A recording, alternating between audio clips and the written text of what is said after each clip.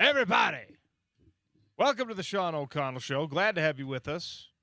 It's a special day here at Broadway Media. It's a special day on the Sean O'Connell Show, brought to you today and every day by our friends down at Big Willie's, 1717 South Main.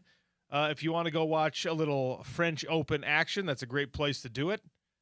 Tell them OC sent you. Take advantage of the lunch special, the drink specials, the number one pool hall in Utah. Shoot some billiards while you're down there. It's a special day around here because in our cantina right now, here at headquarters, so to speak, we have the Huntsman Mental Health Foundation ready to take your donations. It's a radiothon happening. Yourbrainisbeautiful.org. You can text the word HOPE to 33986. You can scan the QR code that is live now and all day, all show on our YouTube stream. And you can donate. The target is $19 a month. If you can do more, do more. If you can't quite do $19, any amount helps. $19 a month, you'll get this cool shirt, Your Brain is Beautiful shirt, like I'm wearing right now. And you can become a champion of hope.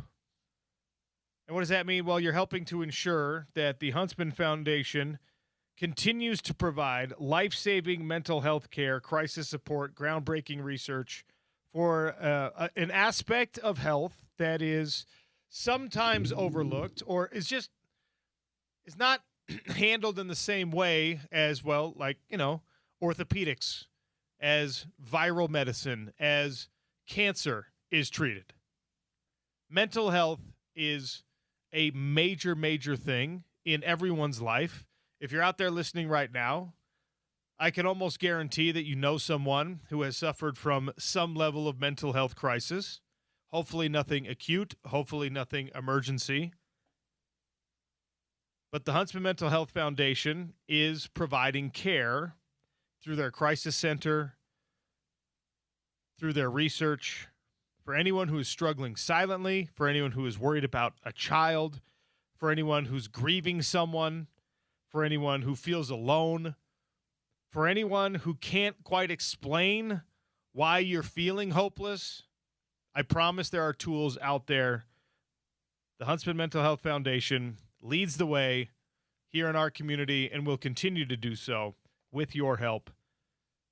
Text the word HOPE to 33986. We'll be dropping in with people on the show all day long. Bill Riley, the voice of the Utes, is going to join us here in about half an hour. We look forward to that conversation every week. We've got a little potpourri of stories as the San Antonio Spurs have forced a Game 7. John Buck, former Ute, former Major League Baseball player, Taylorsville legend, is going to join us at some point during the show today. We've got the airing of grievances, and we'll be hearing from folks at the Huntsman Mental Health Foundation all along the way today as we keep you up to date on everything that's happening.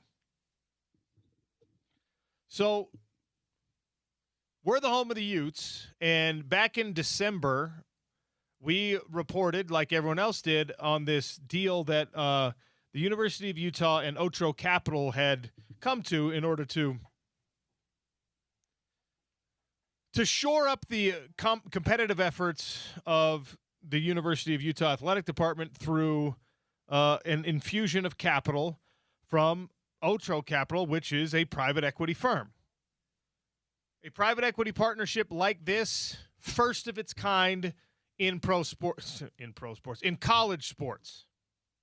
Now, interestingly enough, we are 6 months on from when the announcement came, and the deal has not yet been finalized because, of course, there's a lot of complicated issues here. There's a lot of red tape involved when we're talking about an athletic department associated with a public university that now is welcoming in private capital. There's going to be a lot of people that have a lot to say about that, and you're going to have to make sure that you go through everything, every line, every word with a fine-tooth comb and you analyze here. Got to give a shout-out to the Salt Lake Tribune and our guy Jason Patakiao. He's a young buck, and he's done a heck of a job on the Utes beat. He's done a heck of a job on Utah athletics. Here's another interesting piece. The state auditor, which, if I'm being fully transparent, I did not know was a position that we had. I'm not overly political, as I've said.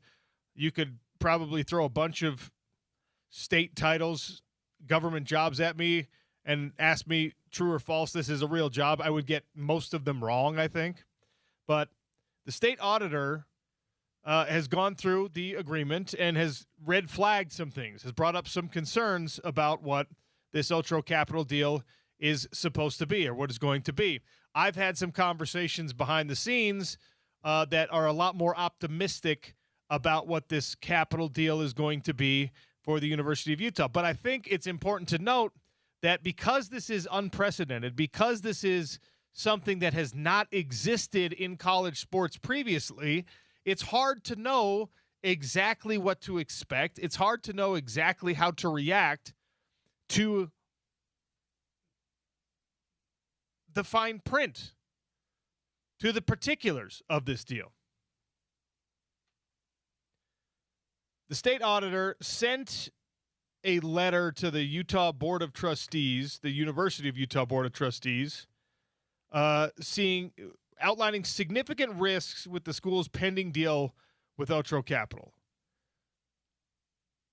The infusion of millions of dollars potentially worth of capital will, according to the state auditor, be inevitably depleted unless Utah's long-term financial issues are resolved. According to the state auditor, there's no currently observable plan to decrease spending. And this is where college athletics is at an impasse with programs exactly the size of the University of Utah's program, right? The U is in a situation that is as tenuous, as difficult to manage as anyone else. Let me explain that. If you're at Alabama, if you're at Ohio State, if you're at Michigan, dare I say it, if you're at Miami, you're not sitting here worried about the future because you're not operating year over year at a deficit, or even if there are deficits in maybe a couple of years, there is a path forward where you say, well, when we eliminate the spending of this new facility we put up, or when we factor out the payments that we had to do here, I've got $75 million coming in from a television deal, so we're going to be okay. The revenue associated with that, even though we have to split off $20 million for our student athletes, we're still going to be okay, right? There are a precious few athletic departments that don't have anything to worry about in the old part of college sports and also in this new era of college sports. And you know who those precious few are.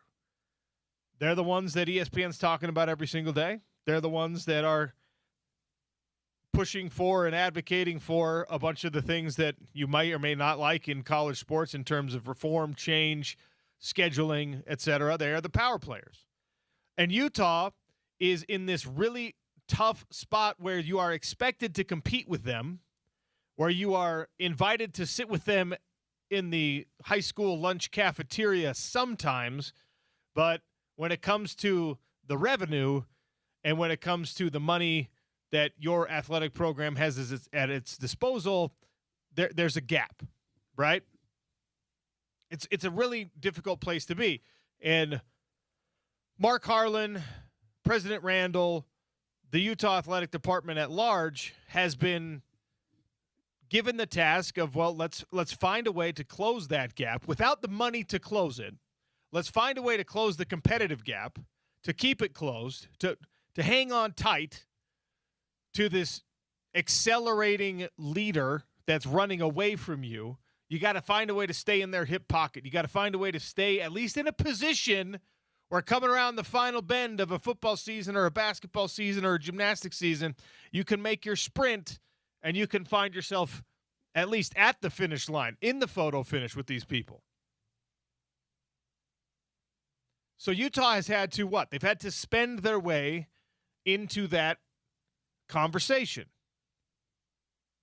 And not all the spending has been good. You will never be able to convince me that having to pay a buyout to Kyle Whittingham while he also collects checks from the University of Michigan is a good expenditure of $13 million. It's not. It's terrible. It's a waste of money. It's mismanagement of funds. It was a bad deal. And it shouldn't have happened the way that it happened. Even if you're a firm believer that it should have happened, that Kyle Whittingham needed to be moved along, and that Morgan Scalley absolutely had to be the head coach of Utah football in this 2026 season, no doubt in your mind, no other alternative, that's fine. I think he's going to do an absolutely incredible job. I am enthusiastic, excited, and optimistic about the direction of the program. It doesn't mean that the transition was done successfully. It doesn't mean that the money spent in that transition was spent in the right way. So there is at least an observable plan to decrease that portion of the spending. But what needs to happen is Utah football needs to find a way. And by the way, I'm telling you the need, I'm telling you the problem without really any good idea of what the solution is. What you have to do at Utah football is you have to find a way to stay on a level playing field in spending with the big boys, because that's what your fan base expects. That's what you and I want Mark Harlan to do. Hey, you better pay the coaches what they're worth. Hey, you better pay the athletes what they're worth. Hey, you better make sure the facilities are shiny and new and special. I need that new baseball field, man. We've been wanting a baseball field for years. Why are they playing at the minor league baseball field? Oh, look, we got it. It's wonderful. You're not going to have to expend that type of building infrastructure anytime soon. That's going to be good. But you know what's going to have to be refreshed sooner than later? Every other dang building. The Huntsman Center. People are just like, hey, you got to fix that. You got to make that better. That costs money that, according to the state auditor, Utah cannot afford to spend because you've been operating at a deficit. And her assertion in the letter to the Board of Trustees at the University of Utah is that there is no foreseeable plan where Utah is in the black, is in the net positive year over year with spending. The surplus reported last year was because you drew $19 million out of your athletic department reserves to hide a deficit. And why did you want to do that? Well, because when you're doing an acquisition, which effectively this private equity deal is, you want the books, you want the P&L to look better than it does. You're not going to go to a private equity firm and just say, hey, you want to buy into something that loses $15 million a year? No, you're going in and you're saying, look, we're doing all right. Part of that due diligence process is everyone going through and finding out, okay, this surplus. Really? A surplus in years where you're making this transition to the Big 12, and we knew that was going to cost some money. There's branding issues. There's all this stuff. So what Utah needs to do is they need to close that gap with the Big 10 teams, the SEC teams, the power squads in the ACC, the athletic departments that are in the black, that are flush.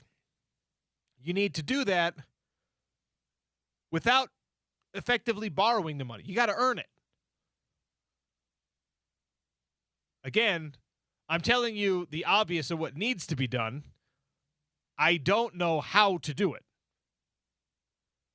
I know that there are some solutions that you and I as fans are not going to like. Easiest way for Utah football to increase revenue is to demand more revenue from the fans. Ticket prices go up, merchandise prices go up, concessions prices go up, parking prices go up. Magically, you have more money coming in for the same product, right?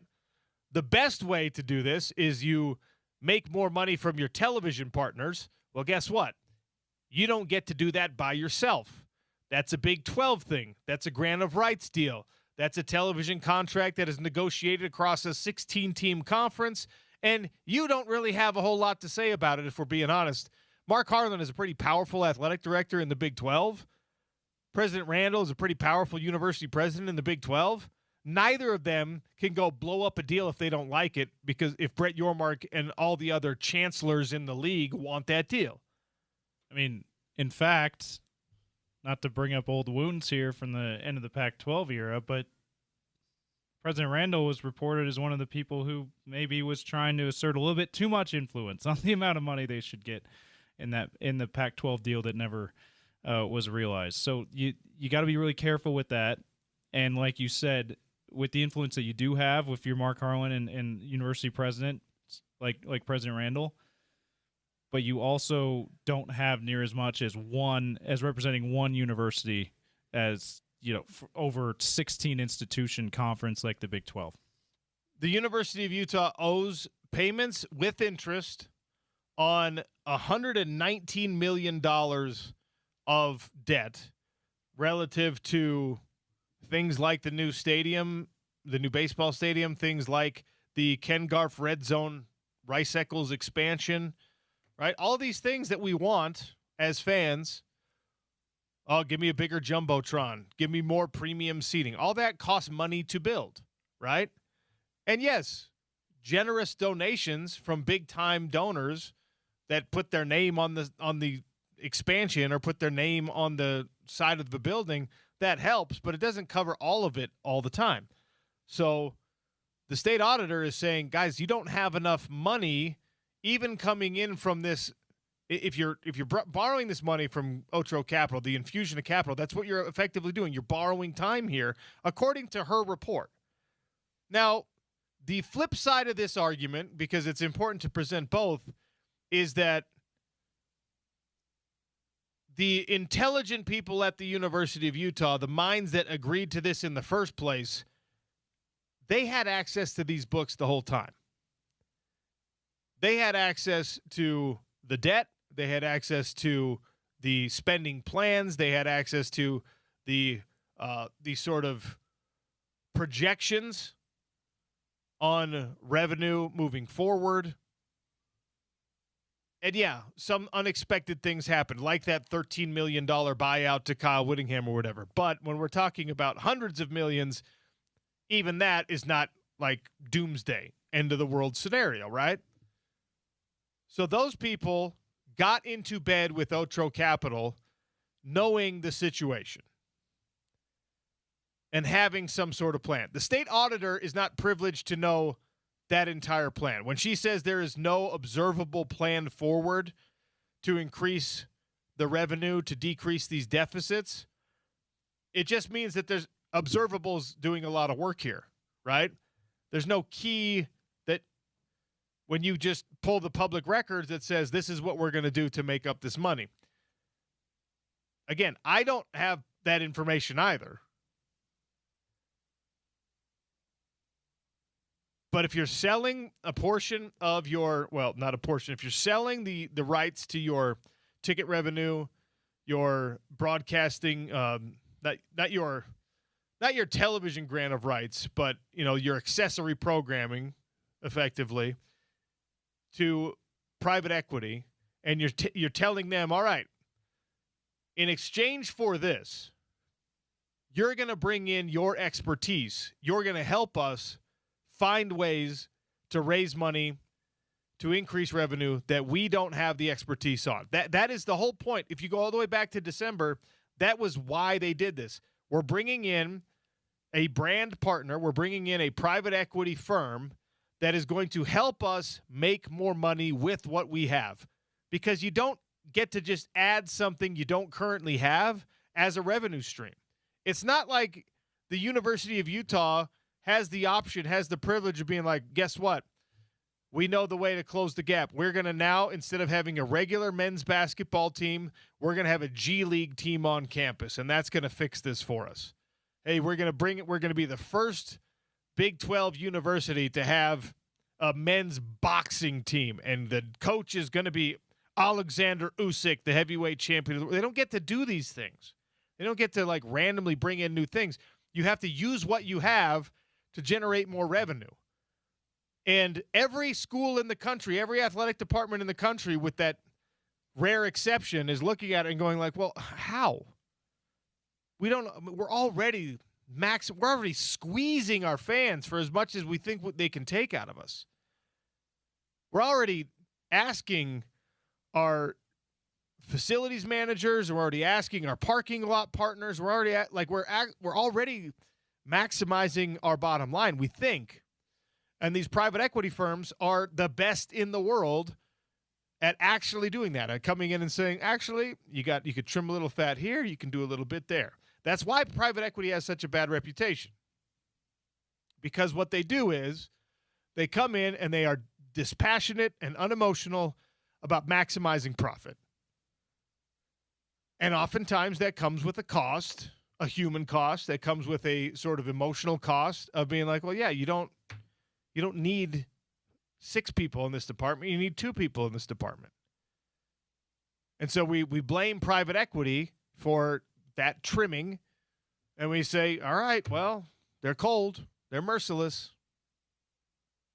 Otro Capital, inevitably, if this deal goes all the way through, again, it hasn't been finalized, in exchange for their infusion of capital, they're going to also say, now, football roster, football coaching staff, all that stuff, you get to maintain decision-making power on that. Basketball coach, basketball roster, yes. Men's and women's, we're not going to touch the decision-making process for who your gymnastics coach or your gymnastics athletes are. But we are going to determine how much those tickets cost.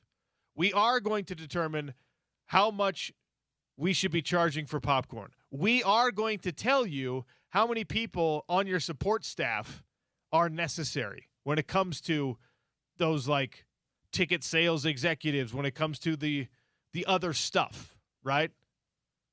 That's what they're here for. That's what this partnership is. And the state auditor is not convinced this is a good deal. Says, no, I don't see a plan moving forward to decrease spending. And in fact, the projection, according to her, is that what was a $60 million surplus, $61.5 million surplus athletically, will be $5.8 million left over this year. And at the current rate of spending, James, you go from 61.8 to 42 million down to 5.8 million. Guess what it is in 2027 or 2028 at this rate? Yeah, you're in the hole. It's no longer a surplus at all. And that's where Otro Capital is supposed to come in and say, haha, guess what? Here's $500 million. You're back in the black. And that resets your clock on how fast you're going to diminish or how fast you're going to deplete. But you cannot, this University of Utah Athletic Department cannot let that infusion of capital from Otro Capital come in and go from $200 million to $100 million to $80 million to $50 million to $40 million to $30 million to 10 to 0, because that's when Otro Capital is like, aha, we gave you this money. We weren't able to make any of it back. We weren't able to recoup our investment here. Now we own this.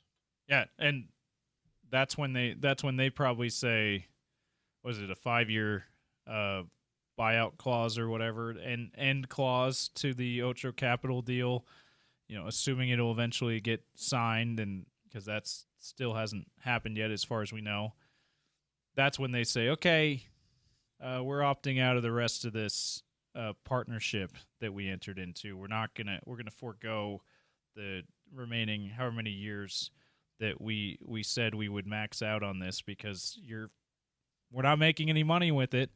And like you said, they're going to be making decisions that are going to make some of the rest of us go, oh, really? It's going to cost that much for popcorn? Oh, really? That many people lost their jobs?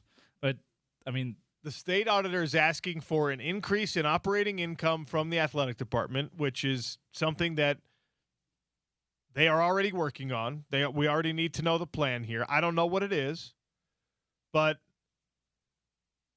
while you're saying, all right, I need more money out of the athletic department is also saying, I know you do. However, we also have to pay $21 million to the athletes now. That wasn't a thing 5 years ago. Yeah. That's a big chunk of change. Even for Texas, that's a big chunk of change. Even for Miami, that's a big chunk of change, right? That is 20.5, and it's going to keep going up.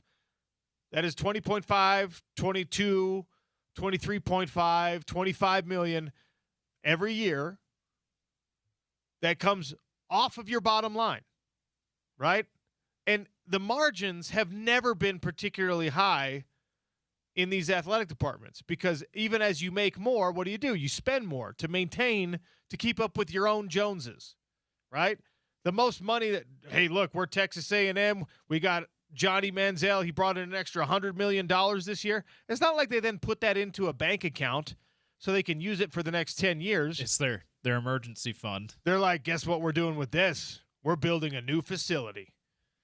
And that's what every school around the country has done with every extra bit of cash. You reinvest it back into the program. Well, now part of that reinvestment goes to players.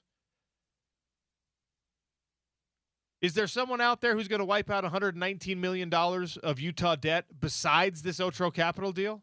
I don't think there is. Operating income needs to increase. How does operating income increase? That's what Otro Capital has to help Utah figure out. And the state auditor is not convinced that it's going to happen. And it's this damned if you do, damned if you don't. It's this chicken and the egg. It's just like Utah, part of the belief in this deal is that, yeah, they're going to help us. They're going to come in. They're going to help us improve our operating income. They're going to help us get better at this. They're going to help us to earn more money. And then the problem is solved, or the problem gets better. And a state official is saying, well, I don't think this should go through. I don't think you should even benefit from those expertise because the deal ain't good. It's just an infusion of capital that eventually gets depleted. We're the home of the Utes. I'm optimistic that this athletic department, this football program, this athletic program, and the programs that you care about especially are going to remain healthy, stay healthy, get better moving forward. I'm also realistic. Otro Capital or not, there are going to be some significant pain points in moving this athletic department forward if you continue to expect it to compete at the national level. And barring anything completely unforeseen, I don't imagine that the thousands and thousands and thousands of fans at Rice-Eccles Stadium every Saturday are just going to collectively shrug and say, it's fine if we're not a nationally relevant program anymore. The tough job they've got up there right now at the Utah Athletic Department. And now you've got a bunch of looky-loos going like, well, is this really a good deal or not? It's not finalized yet. Will it be soon? I hope so. So we can see what it actually does for the athletic department and for the university. That's the latest. Good job in the Salt Lake Tribune. Jason Patacchio helping to elucidate and really get the information out there in a way that at least some of us can try to understand. We're just getting started on the Sean O'Connell Show. It is also the Huntsman Mental Health Foundation Radiothon. YourBrainIsBeautiful.org. Text the word HOPE to 33986 or scan the QR code on our YouTube stream. Bill Riley, voice of the Utes, joins us next on ESPN 700 and 92.1 FM. YourBrainIsBeautiful.org. I will keep hammering that home all day long. That's the website you need to go to get involved with the Huntsman Mental Health Foundation.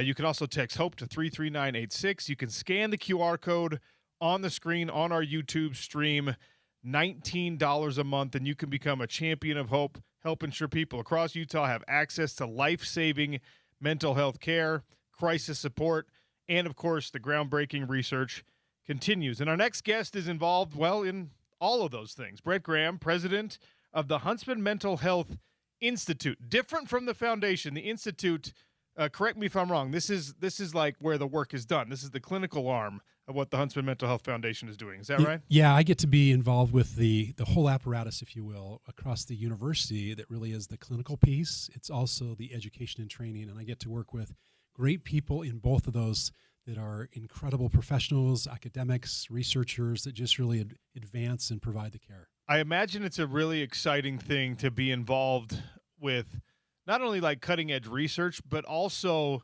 actual practical care that is being provided to the community. And obviously through the Huntsman family, they've done it with cancer. They've done it now with mental health. I'm sure they'll have other plans with other areas of health care as well. But to make those two things meet, like to not just philosophically know what might need to be done, but then to see it put in practice with like the crisis care center. Oh yeah, I mean, you can kind of think of the Huntsmans as an accelerant to good work that's been going on for literally decades. I mean, the Department of Psychiatry is almost 80 years old. Wow. The clinical enterprise is almost 40 years old, and so then you bring the Huntsmans into that, and all of their efforts, their passion, their focus, and the resources they bring. It really helps us do the work even better and faster.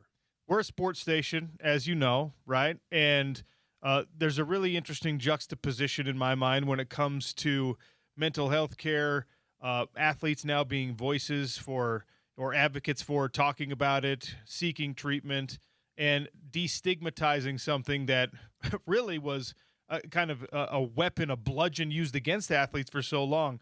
Buck up, be tough, don't worry about it. And we saw the negative side effects. And I think that finally the pendulum is swinging the other way, and we're seeing coaches, athletes, et cetera, understand how important this part of their health is. Oh, absolutely. In fact, we're doing work with the IOC as a lead up to the games in 2034, and it is incredible how mental health actually plays into performance, but also how in many ways some athletes have chosen their sports because it actually is their outlet to be able to maintain mental health, right? So it's a challenge, but also a tool to maintain it. So how could people get more involved in not only the foundation, but the institute up there? Well, I mean, I think what we want first and foremost is we want awareness, right? People to be aware that there are resources when you or a loved one is in a challenging situation. That's first and foremost. Second, because mental health is just a place where it's underfunded nationally and also locally, you can participate through helping. Even nominal $19 a month actually goes a long ways to be able to make these resources available to others. So there's lots of ways people participate, and it's awareness, it's participating with resources, it's also just being there for your friends, neighbors, loved ones. Yourbrainisbeautiful.org. Hope. Text it to 33986. Text the word HOPE to 33986. Scan the QR code on our YouTube stream. Just Google Huntsman Mental Health Foundation. Find a way, get involved. Brett, thanks for being part of this Radiothon today. Thanks for the opportunity to be here. There's always stuff left to get to in the sports world, and we'll keep doing it on the Sean O'Connell Show, ESPN 700 and 92.1 FM.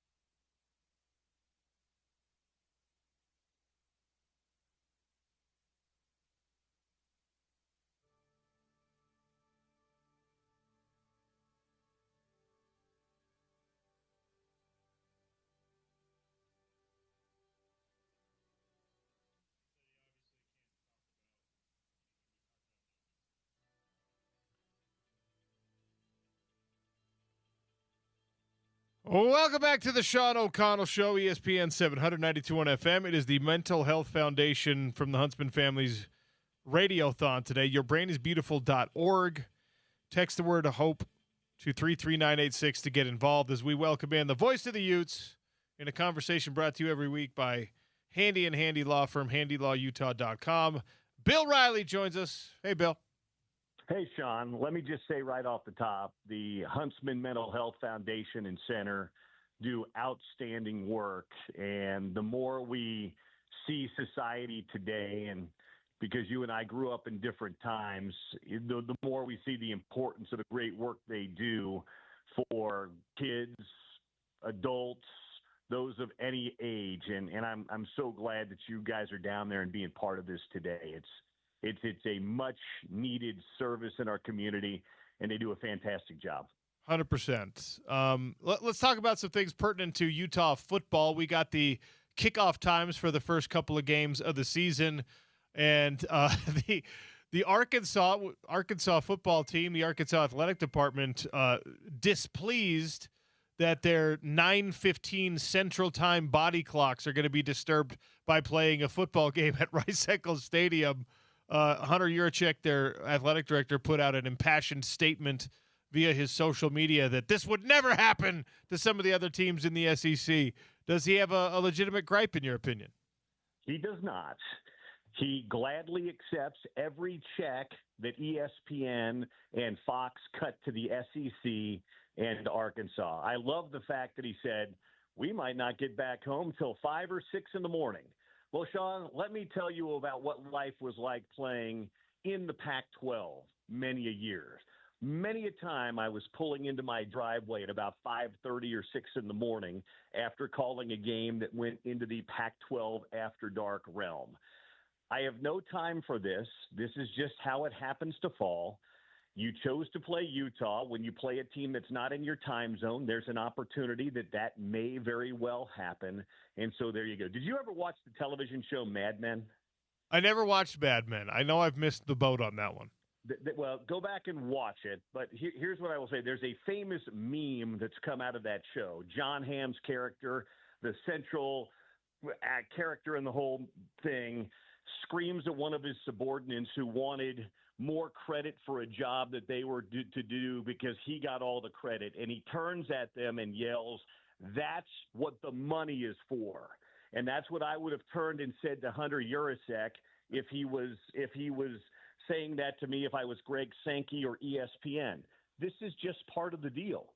Television dictates it. This is not something new to him. It just so happens he's got back-to-back games where the times don't line up. But to answer your original question, no, he does not have a gripe about this. It's just how it plays out. They'll be fine. Teams are resilient, and they'll find a way. But no, there's no gripe because the money is what it is, and television dictates everything. I don't like the when we got the announcement and the schedules we had already seen. The times on these things were just released, but it brings back into front of mind what the schedules are.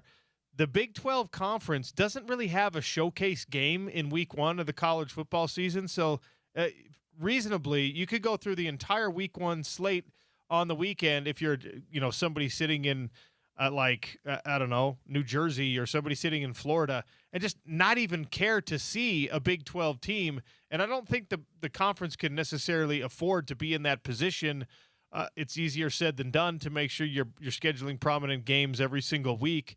But it feels more important for Brett Yormark and for the Big 12 to stay diligent on that. And last year, they obviously outsourced a rivalry game to Ireland in order to give that like a showcase to where at least you were on TV and you were part of the national conversation in Week 1 in the Big 12. This year, it's not going to happen, Bill. Well, I would push back a little. I think TCU North Carolina has some possibility there. Now, that game's in Dublin, and it does start at 10 a.m. Mountain Time, noon time back east. So it's not really a prime time. It's not one of those evening. But I would tell you that Saturday, August the 29th. Is that technically week 1 or is that week 0? I think that's week 0 because week 1, Okay. Utah actually starts a Thursday, as you're well aware. Okay. In So week 1. that's a week 0 game. And I'm just kind of perusing the schedule here. Does Kansas Long Island not do it for you, Sean? I mean, you know me. I'm a diehard Long Island and Kansas fan, but well, I'm looking at Houston, Oregon. No, probably not.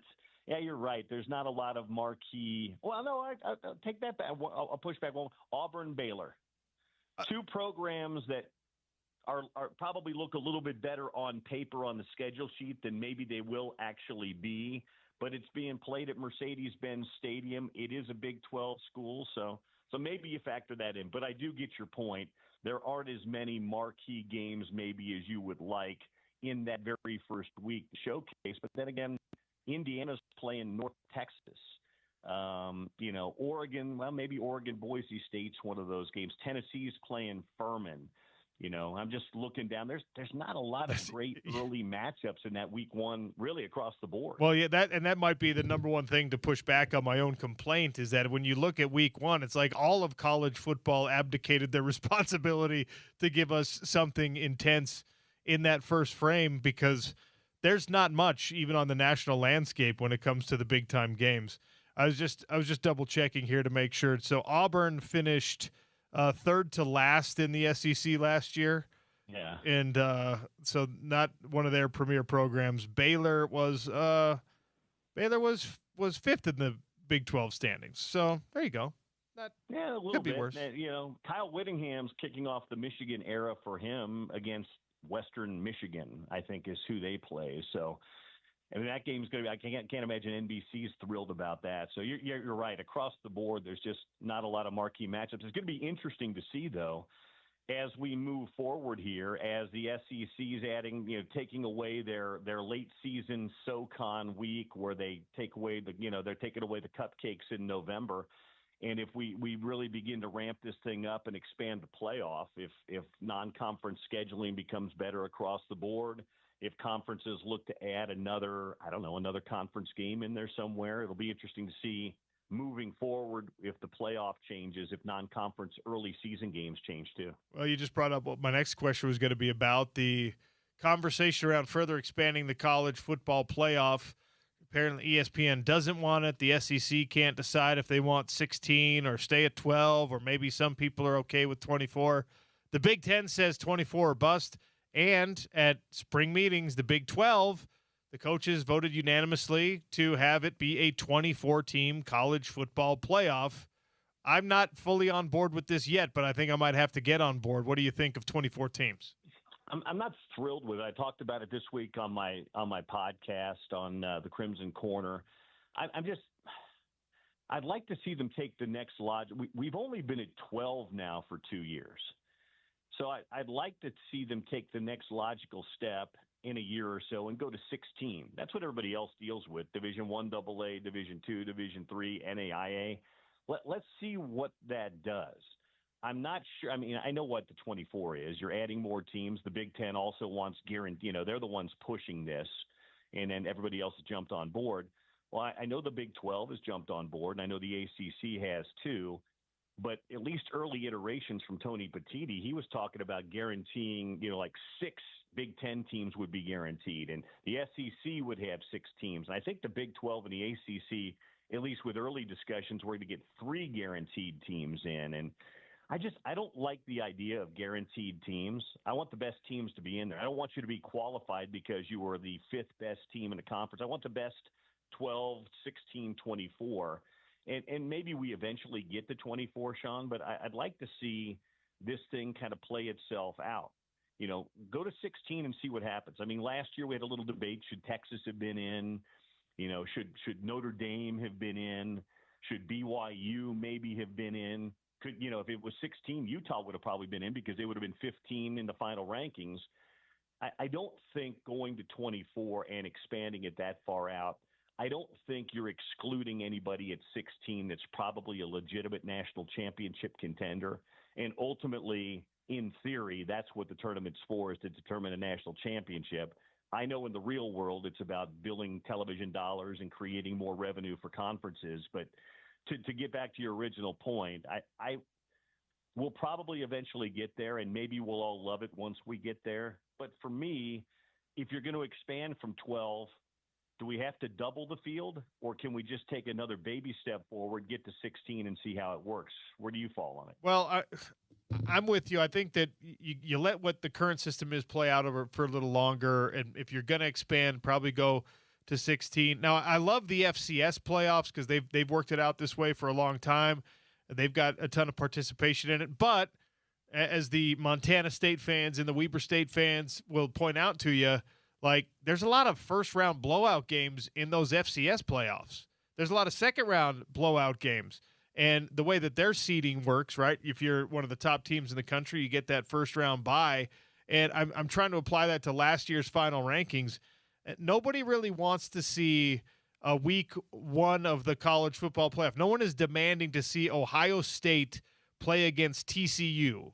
No one's demanding to see in the second week Oregon, who got their first round bye, play against a Tulane team that made it through their first game. You know what I mean? It's like, do you actually want these games? And I think the answer is no.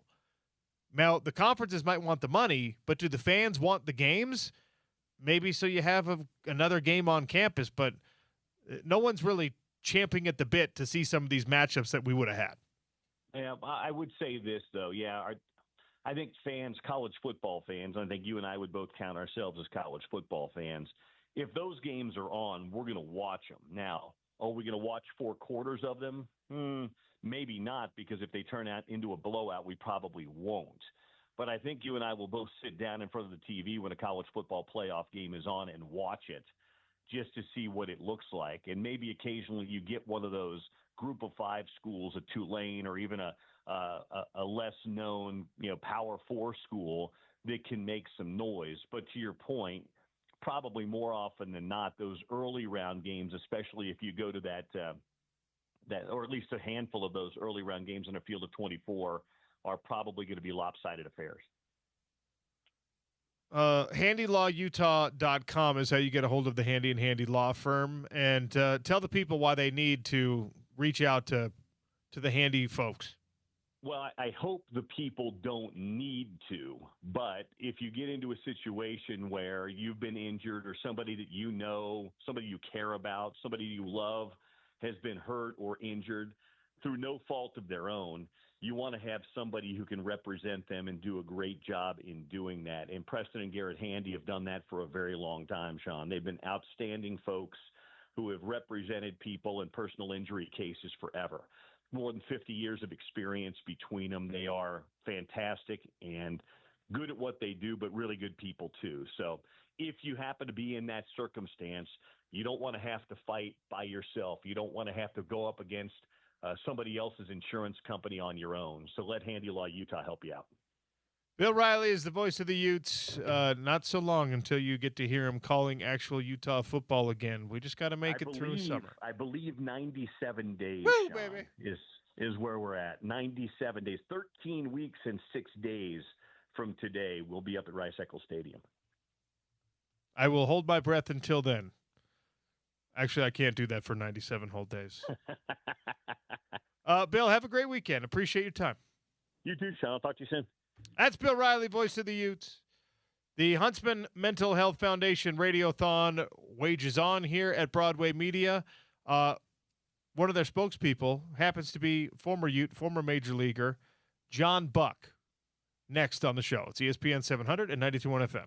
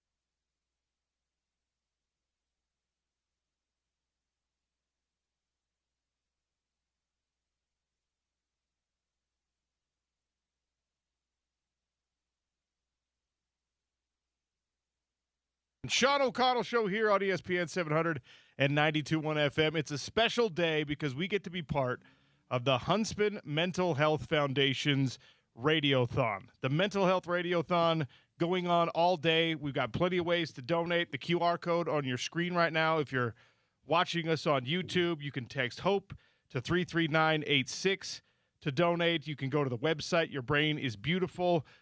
I'm wearing the T-shirt today. And we'll have people rolling in and rolling out of the studios all day long. This one I found out about a few days ago. I was excited about it because when you have local legends, you just have to take advantage of the opportunity to talk with local legends. John Buck right here in studio with his lovely wife, Brooke.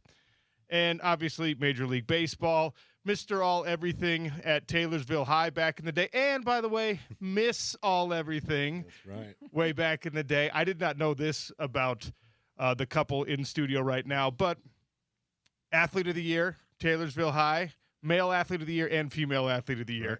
Been together since you were 15 years old. Oh, my goodness. Welcome to the show. Thanks for having us. Yeah, thanks for having us. Can we start there, please? The high school sweetheart story with 3 kids and a fully successful, that is the coolest thing. You know what I mean? And I'm going to look at you, Brooke, because because you're the one who holds it together. I don't know you well, but I know that is how it is. That's funny. And you're holding you pinned.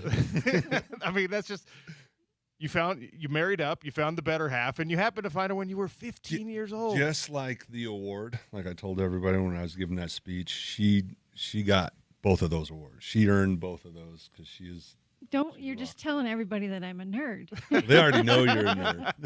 That's right. Well, I'm supposed to stay on track here, so let's talk about why you're involved and how you decided to get involved with Huntsman Mental Health Foundation. Well, growing up, I had a brother and a mom who had mental health issues. Brother, he was the first blue chip All-American for Utah, actually, and he committed suicide. At the time, I was kind of told not to talk about it. I was obviously out playing pro ball, just got drafted, and came home ready to really want to share with his friends and family and my community the hurt and loss and how it was wrong and how I think, the things, kind of share what was going on so that his friend would have some answers. I was told not to talk to him. I think our education about mental health and realizing how we've normalized it till we realize it affects everybody, not just people with hard jobs going through hard things. Mental health is something for everyone. So being able to get that message out and then share that where I wasn't able to 15, 20 years ago, I feel very grateful to be able to be here, be a part of this telethon to they are providing what my brother didn't have. I just goosebumps saying that. Yeah. A phone call like this would have saved my brother and my mom's life. Well, the other thing about this is your parents, right? Yes. And you're raising 3 boys, which I just found out. And to have these resources available as a parent, I'm a parent of young girls right now, and I'm grateful for that, for the fact that our kids now have these resources, like you said, that we didn't potentially growing up. And I imagine, Brooke, especially being so close to, a family tragedy that was a big news story back in the day also, I imagine it's important to you that your boys have these resources if they need them. That's right. And kind of destigmatizing it and kind of normalizing, normalizing therapy, normalizing needing help, normalizing even the ask, and even having apps out there, having counselors, just normalizing needing help and asking for it when you need it type thing. I also think it's great. I know, look, it's important when, any mom, any dad, any person in any walk of life is willing to have these conversations. But you're a local legend. You're a professional athlete. You're a guy that traditionally a lot of kids are going to look up to. A lot of kids are going to look to say, well, you look like you could still play. This is a big, strong guy. And for you to be willing to say, no, let's talk about the things that actually matter, I think that's also important. It's something that the Huntsman Mental Health Foundation has been encouraging. We're a sports talk radio station. They've been encouraging, athletes in our community, coaches in our community to make sure that they're on board with this. Yeah, and it's funny is it's actually a little more in your face than people realize. If you check the rosters of coaching staffs on major leagues, just in particular, you see 2 or 3 pitching coaches, 2 or 3 hitting coaches. One of them will be called the quality control coach. Mm-hmm. That's just a fancy way of saying mental strength coach. Interesting. That's a Tony Robbins, Jim Fannin. Go look at their credentials. They've probably either played, they have lived experience, and then they have the credentials. They have the knowledge and the know-how of how to process this stress we're feeling. We're operating a meat locker. Like the conversations I'm having with first responders and ball players, we're able to relate because we're operators. Yeah, they go through some really weird stress. And if all they're doing is flight or flight and they don't re-regulate, we're also, when we're able to table, Steph Curry, what he does is throwing that basketball through and seeing those he's doing mental health work. Yeah. He's doing that. Me rehearsing, if I get buckled by Verlander's breaking ball and I go to bed playing that over and over and over, that will go into, that will be, we think in pictures. That'll go into my REM sleep and thinking. That's how mental health works. I intentionally have that buckle. My mind knows no difference between reality or non-reality when I'm downplaying that in my brain. So if I play it and I rehearse it as if I'm hitting this ball to right center, even though I struck out, when I down-regulate that, when I go into REM, for 4-hour increments, those half-hour increments for the next 4 hours, will be rehearsing what I thought or felt while I went to bed, whether it was reality or not reality. We're intentionally hacking into that as athletes. Now, if we can address that with first responders or anybody, quality control coach, Sure. and as we fail, we learn how to fail and fail forward, you get a lot better routine and rituals in 162 games in 180 days where you have to rest and recover. You have to be able to recover from the next day. So those principles and foundation, what we're doing, it tables the conversation. Us as athletes, we're doing this mental health stuff in our regular day activities. We're just really good 1% performing humans with this meat locker body. We know how to make it perform. Sometimes I was able to make this move, and the unhealthy part is that the first responders do is we're protectors. We're not supposed to hurt or feel. We're Sure. just supposed to perform. So a lot of that post-game not recognizing that, not doing that correct way is some of our yips or the things and the stuff that happens in the game that'll downregulate, and we're starting to understand that. At what point in your baseball career did you become aware of these tools and the things that can help you? Because that's a lot of what the Huntsman Mental Health Foundation is doing is you're equipping people with tools, right? All of us have negative thought patterns. All of us have, good days, bad days, up days, down days. Obviously, for some people, it's more profound. For people with mental health issues, it can be a lot more significant and a lot more serious.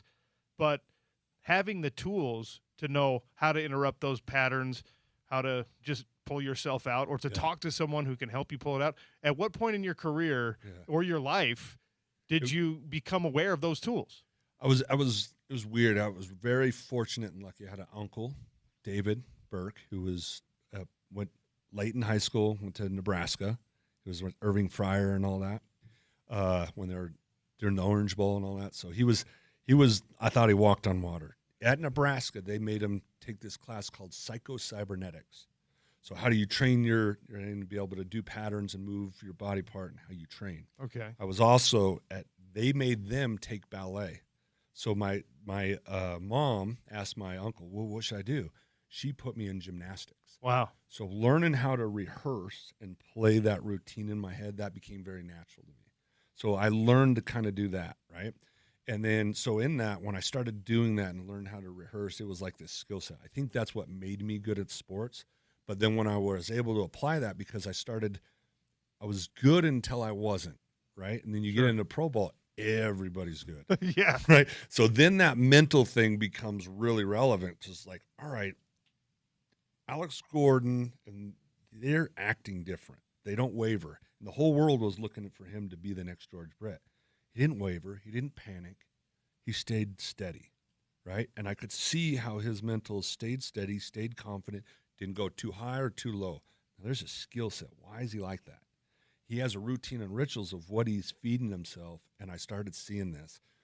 Started having conversations with guys like Zach or Alex or Jeter. I have a picture in my room of Jeter talking about how he tricks his mind to be back in Battle Creek, Michigan, hitting the ball to right field as he blows a bubble because the neighbor's a jerk in left field and won't give him the ball back. So that helps him reduce thoughts at his most pressured moments. He told me, let's have this picture. Go look at all his big home runs, all his big hits. He's blowing a bubble. Wow. He's doing one of those tools, the best in the game, a tool, because he's feeling this. I asked him, and why I have the picture, I went to him, said, Derek, why did you say I felt really nervous? We had this at bat. And it was in the paper here. I single-handedly beat the Yankees, whatever. In the ninth inning, he had a chance to, beat us. Guy at second and third or whatever looks down at me. Two things happened. Looked at me and winked and says, John, are we having fun yet? Derek knew my first name. That was dope. Second, right, I was like, he's not nervous. He's winking at me, blowing me bubbles, asking if we had fun. I went and asked him, why did you do that? He told me, I'm blowing a bubble, what I told you, putting myself back in Battle Creek because you had me. Because I was squatting, looking up at him, thinking, I think now's the time to go in. I'm going to go hard in and come. And then he told me he was thinking, I think I'm going to try going in. I had him thinking. Wow. Got him off of his approach. I was making him think of thoughts off of his approach. So then his response to that was to pull himself back into that routine. He pulled out a mental skills tool to reduce his thoughts for what he wants, not what he doesn't want. I was pulling him towards avoiding what he doesn't want. See the brain trick? That's awesome. He was fixing himself into a spot where he is in the zone where he's only thinking about what he wants, and he needs to go back to Battle Creek blowing a bubble for his trick.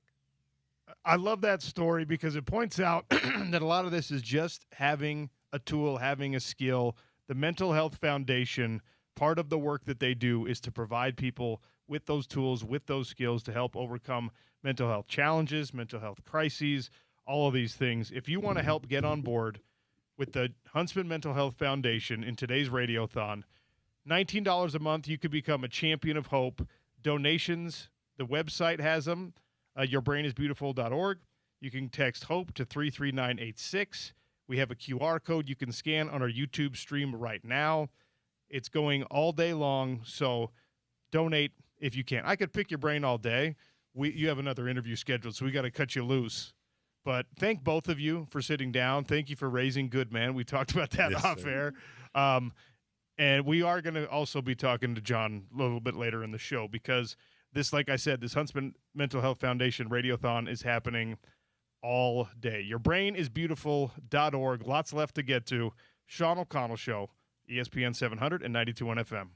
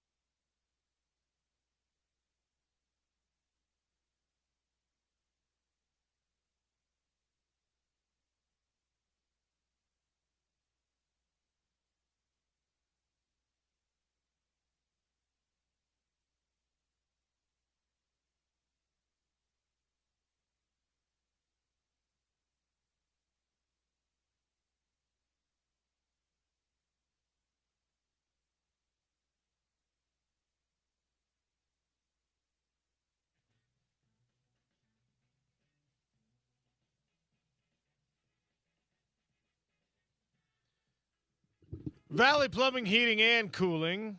The truck with the duck can handle almost everything you need when it comes to these home repair situations. And a little bird told me that they might be adding even more services soon. So keep an eye on the truck with the duck, and big news coming. But for now, if you have a plumbing issue, a heating issue, a cooling issue, they can help you out with whichever. valleyplumbing.com to make an online appointment if you don't want to pick up the phone and talk to a person, which I know some people don't like doing. Some big news coming from the Big 12 Conference. A new replay operations center is opening for this upcoming season. It's at Williams Tower in Irving, Texas. All of us know exactly where that is, of course. The Replay Operations Center will also operate. They will support live audio feeds during replay. So the Big 12 is now going to be one of two conferences to utilize replay audio as part of the television presentation. I like this. We have seen this on television before where you go into the replay and you get to hear what the referee is saying to the command center and vice versa. This is awesome. New Replay Operations Center will hopefully get things a little bit more accurate in this upcoming. Well, it won't be ready, I guess, till the 2027 football season. 10 replay stations with the ability to expand to 16 replay stations. ACC is the other conference, if I'm not mistaken, that you can actually hear the refs talking to the replay center and then talking back to them, so you know what the call is before they give it to the stadium. But not only that, if you've watched an ACC game, you get to hear the process of why they decided to make that call, which is just, like you said, incredible. I believe the UFL has been doing this going back to their XFL days a few years ago with Dean Blandino involved in that as their head of officiating. It's been really cool to see it in those two, the UFL games and the ACC games. I mean, I wish it was ready for this year, OC, but can't wait for 2027 that way. Seems like you could just slap the same equipment in a building that's already ready to go, but whatever. Yeah. I don't know. Well, I wonder if we might, by the end of the season, they're like, we'll have this for Big 12 championship game to get you a taste of what it'll be in 2027, but we'll see. We may have found another transfer portal loophole in the college football world, similar to what Jake Retzlaff did last year, and of course there was a rule made to close that loophole.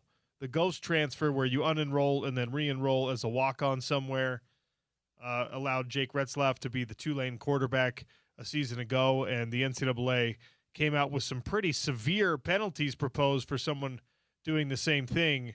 If you encourage someone to ghost transfer, as it has been referred to, you lose a ton of revenue, and your coach will be suspended for a half season. So the ghost transfer rule, that loophole is closed, but here's another one. And this UCLA quarterback, Carson Gordon, who has also played some receiver. He was a 4-star athlete coming out of high school. He hasn't really found his footing necessarily in the college football world, but he's entering the NCAA transfer portal. And you might be sitting there going like, what are you talking about? The transfer portal window closed a long time ago. You're absolutely correct. But he's not transferring as a football player. This guy also ran track at UCLA. So he's entering the transfer portal as a track athlete. He can now go to a new school as a track athlete. But guess what sport he's going to play? Football. He's going to walk on the football team, but he's going to officially be a track athlete. And actually, he doesn't have to walk on. You can give him a scholarship. Okay. That's because he's not a ghost transfer. He's just a student athlete who, oh, look at this. Wow. I entered the transfer. So now there's another loophole they're going to have to close, which, by the way, this one would be so easy to close. You'd be like, yeah, you could be a track athlete and transfer, but you have to run track. You could transfer in the window for track, but you have to also participate in track at the next school. You can't do the football thing. But there's another guy who's the Missouri State guy's doing this with basketball. Yeah. He's like a 6'5", 295-pound power forward, and he's just like, all right, well, this isn't working out for me. I'm going to go play football. So he entered the basketball transfer portal with the intent of playing football somewhere else. It's the easiest thing in the world to just write a rule that's just like, you have to transfer and then play the same sport you transferred in. Yeah.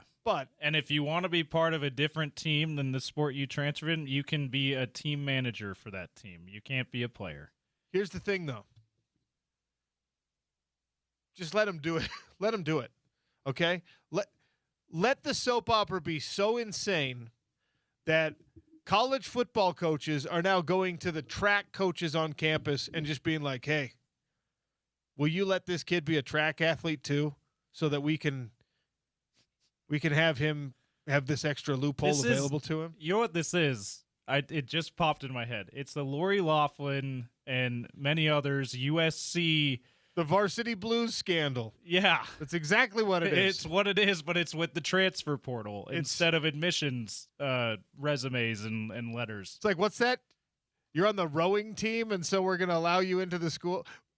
That whole thing was the funniest, and it just shows you how ridiculous human beings can be. Like, well, I want my kid to go to UCLA. I want my kid to go to USC. It's like, all right, well, then maybe you should encourage them to get good grades for their whole life. Seriously. And listen, I'm not one that completely understands that mindset, because for me, obviously, there's varying degrees of a good education depending on what college you go to, right? But for me, and maybe it's just the result of the field I'm going into, the degree doesn't matter as much as the experience and the networking does in our business, OC. So maybe that just colored my thoughts, but I'm like, I don't care what college I go to. I just want a college degree. And I believe that I'll get a quality education no matter where I go to. That's why I stayed hometown, went to Utah Tech, formerly Dixie State and St. George, because I'm like, I could care less to try to get great grades to get into Stanford or to University of Utah here locally, or to BYU, whatever. I just want to go to college. And so I don't really understand the devaluing of every other college institution in a way that, like, we're going to cheat to get into a specific school. I 100% believe that it's just you want to impress your friends. I really think that's a lot of what this is about, because if it were all about the meritocracy, right, and if you were like, yeah, my kid needs to go to this elite academic institution in order to get the job that I think my kid deserves or whatever, right? These are multimillionaire parents, right, that are setting their kids up for failure by trying to set them up for success, by being like, I'm going to get you into a school you didn't earn your way into. We have lost the plot with a lot of this in youth sports, with education. If you want your kid to be elite, make them work at being elite. By all means, hire them the coach if you really think that's important. Buy them the fancy baseball glove and the good cleats if you think that's what's important. But there's no substitute for making the person earn the thing. If you buy your way onto a travel basketball team, you're not actually better at basketball, right? And this is the thing that drives me so insane, is I hear parents, and a lot of my friends have kids older than, because I'm an old dad, a lot of my friends have kids that are like heading into high school sports and stuff right now. And you hear some of them just being like, oh yeah, we're trying to get so-and-so is going to be a scholarship. It's like, no, so-and-so is going to be a scholarship athlete because of what they do, not because of what you do. Oh, no, you got to get them on these competitive volleyball circuits. You got to get them on these certain teams, or else they don't get any attention. And I'm just like, okay. There's probably some validity to that. But if you think your kid is going to go play volleyball at, like, Nebraska, it's because they will find the elite athletes. Right now, there are college football programs and NFL teams, for that matter, that are going to the farthest reaches of the globe and finding monster bodies to put on their football fields. If your kid's good enough, big enough, strong enough, fast enough, they don't fall through the cracks anymore. It just does not happen. You can't buy a child's way into elite status. Athletically, I'm 100% certain. Academically, I'm also pretty certain. So if you're like, hey, I'm going to buy my kid's way into Harvard. What? Okay, cool. You bought your kid's way into Harvard. Your kid's not smart enough to go to Harvard. You know how bad that's going to suck for your kid? Your friends might be impressed. Hey, so-and-so got into Harvard. Great. They're probably not going to be that impressed when so-and-so has to drop out or gets kicked out because they've got a 1.7 GPA because they're not prepared for that. This is one of the things that I am most adamant about, but also most fearful of as a parent, is my kids start to select their own things and try to do their own things. My parents were excellent at this because of their own nonchalance when it came to athletics.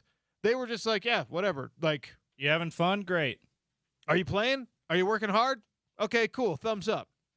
I had friends that their parents were just like, you have to do this. You have to do this. You have to do this. You have to do this. And it was like, my parents were like, well, if you're going to be on the All-Star team, it's because you worked your way onto the All-Star team, not because I bought a bunch of equipment for the team. That's something we got to get used to in athletics and academics. And this kid that's transferring, and a lot of people think he's going to, end up at Texas Tech. He's a former dual threat quarterback recruit that moved to receiver and then is entering the transfer portal as a track athlete. Allegedly runs a 4.28 40, by the way.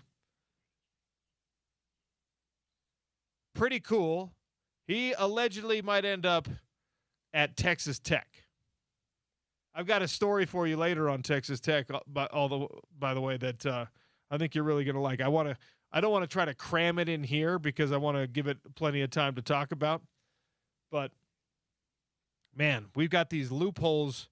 And this one I don't even think is going to be necessary to close because I just don't think there's that many people who are going to try to be two-sport athletes in college just to keep a potential transfer portal window open for them. Yeah, there's only a handful of elite, like, sprinters and track and field guys to be able to, like, for example, like Carson Gordon, to be able to pull that off, right? And well, as far as I could tell, we've had one basketball player and one track athlete now. Watch, there'll be like a bunch of swimmers at some point. Swimmers. I also swim. I'm a good basketball player, but I also swim. So, James, do you have, think about your house. Close your eyes and picture your house. All of you out there, unless you're driving, don't close your eyes. But mentally picture your home and tell the truth when I ask this question. Is there a place in your home where you like store things maybe in a corner that you absolutely should be finding a better place to store those things? Absolutely. It changed rooms. We had a whole room, and then we've got a family member who's moved in temporarily, so we had to clear out that room and moved it to another room. Okay, so I think everyone's house has probably several of these. My house certainly does, where it's like there's a much better place to store. In our house, it's shoes. There's a much better place to store these shoes, and we just have like designated a shoe corner where it's just like we're just putting shoes in that corner. It's not good. Buy a tote, buy a basket. We actually have a shoe basket also. But anyway. It's acceptable in your home. I'm not going to criticize you in your home. We all do this. I'm not going to accept it at a Grand Slam tennis event. Have you seen all the people that are getting hurt running into things at Roland Garros? Yeah. They roll up the tarps and they just kind of like tuck them against the wall on the back. Something that would never happen at Wimbledon, by the way. And people are tripping over them. Professional tennis athletes, some of the best in the world, are falling down because they're tripping over advertising boxes, which I get it. Your sponsors want to put their product placement signs. Like, that's probably a harder one to manage. But if you just have a rolled up tarp sitting in the corner, it's like Utah fans, we know this pain, right? Why did your starting quarterback run into a table and injure his hand? Why is the table there? Right? Don't put stuff where athletes can trip over it, run into it. At least in the football thing, it's like removed from the field of competition. It's on the sideline. You should have had several people there to like absorb the momentum. Put your backup O-line around the table. Hey, if he comes running in here, let him run into you, not onto the table, right? They got rolled up tarps. They've got boxes. Not a good situation. At Roland Garros of all places, like this is, other than Wimbledon, this is like the iconic tennis arena, tennis center in the world. And you've got effectively, and by the way, I was analyzing how, when the players were protesting over this, I was analyzing how freely these little green logo boxes moved. I think they're heavy. I think they're like really heavy by design. Have you ever accidentally kicked a medicine ball instead of a soccer ball? Oh, yeah. Sucks. You're like, oh, crap. I think that's the situation we've got here, where these athletes are like, oh, I better pick my foot up over this. Oh, no, it's just like green foam. It'll move out of the way. My foot will just knock it out of the way. But then it doesn't knock out of the way because it seems like they weigh like 20 pounds. Too firm. And yeah. so there's like, they got these poor tennis players bashing themselves into the Lacoste crocodile. Maybe it's an alligator. Into the logo. It's bad news. Move your stuff. Pick your stuff up, Roland Garros. I have a funny story about kicking the wrong thing, right? I had a good friend in high school. She was a 3-sport athlete: basketball, soccer, softball, incredible athlete. And one time she admitted to me, it still cracks me up, that she's playing infield in softball, and she'll have her soccer instincts will come up, and she'll kick the ball. Kick the softball. Ow! That hurts because, her brain, the wires get crossed. I'm like, oh my gosh. You got it when you're a multi-sport athlete like that. I guess wires get crossed like that. Unfortunately, during today's practice, I heard a snap in my ankle while I sprayed it, thanks to the really necessary covers on the back of the court at Roland Garros. That's from an actual tennis player participating in the tournament, Alex Block. Yikes. Ouch. All right, we also have to fit in a little PGA Tour leaderboard update here in the opening segment of hour number 2 here on the Sean O'Connell Show. James, what's happening today with the PGA? Brought to you by You Into Golf, of course, worldwidegolfshops.com. Akshay Bhatia is your leader, tied for the lead, in fact, with J.J. Spawn, Keegan Bradley, all at 8 under. Bradley's in his front 9 here, so he's got a chance to really take a significant lead here if he can continue his great plays. 3 under through 4 holes. Bhatia and Spawn have finished their day. Let's see, tied for 4th at 7 under, 1 shot off the lead. You've got Ryo Hisatsune, Ludwig Oberg, Gary Woodland, and a bunch of others. Tied for 8th, couple shots off the lead at 6 under. You have Hideki Matsuyama, Ryan Gerard, and Alex Smalley, who were at the top of the leaderboard for most of the first round yesterday. Andrew Putnam as well. And then Tony Finau, he is at even, tied for 86th. So I believe that's probably the projected cut I'm seeing here is -2. And Finau, he's finished for the day. So unless that cut line moves, he's probably not playing the weekend. Missed it by a couple of strokes. That's got to be rough, missing it that close. But hopefully the cut line moves a little bit. Some other players fall back. Otherwise, no weekend play for Tony Finau. That's your PGA Tour leaderboard update, brought to you by You Into Golf.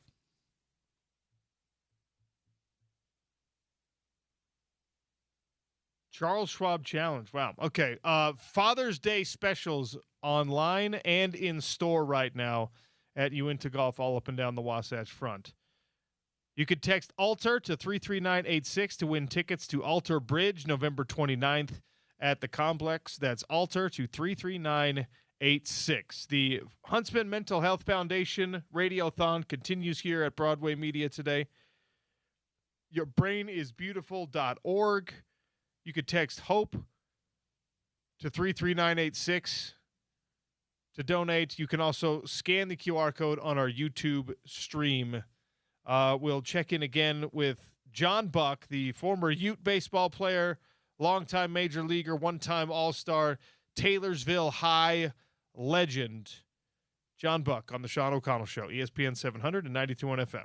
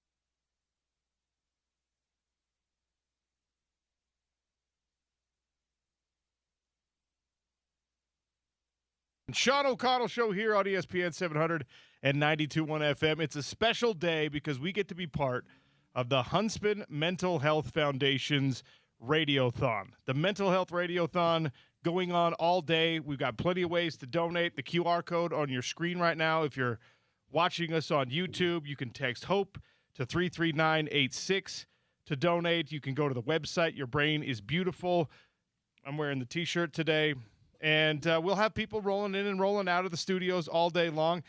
This one I found out about a few days ago. I was excited about it because when you have local legends, you just have to take advantage of the opportunity to talk with local legends. John Buck right here in studio with his lovely wife, Brooke. And obviously Major League Baseball, Mr. All Everything at Taylorsville High back in the day. And, by the way, Miss All Everything. That's right. Way back in the day. I did not know this about the couple in studio right now, but Athlete of the Year, Taylorsville High, Male Athlete of the Year and Female Athlete of the Year. Right. Been together since you were 15 years old. Oh, my goodness. Welcome to the show. Thanks for having us. Yeah, thanks for having us. Can we start there, please? The high school sweetheart story with 3 kids and a fully successful, that is the coolest thing. You know what I mean? And I'm going to look at you, Brooke, because because you're the one who holds it together. I don't know you well, but I know that is how it is. That's funny. And you're holding this pinned. I mean, that's just you married up, you found the better half, and you happened to find her when you were 15 years old. Just like the award, like I told everybody when I was giving that speech, she got both of those awards. She earned both of those because she is. You're just telling everybody that I'm a nerd. They already know you're a nerd. That's right. Well, I'm supposed to stay on track here, so let's talk about why you're involved and how you decided to get involved with Huntsman Mental Health Foundation. Well, growing up, I had a brother and a mom who had mental health issues. Brother, he was the first blue chip All-American for Utah, actually, and he committed suicide. At the time, I was kind of told not to talk about it. I was obviously out playing pro ball, just got drafted, and came home ready to really want to share with his friends and family and my community the hurt and loss and how it was wrong and how I think, the things, kind of share what was going on so that his friend would have some answers. I was told not to talk to him. I think our education about mental health and realizing how we've normalized it till we realize it affects everybody, not just people with hard jobs going through hard things.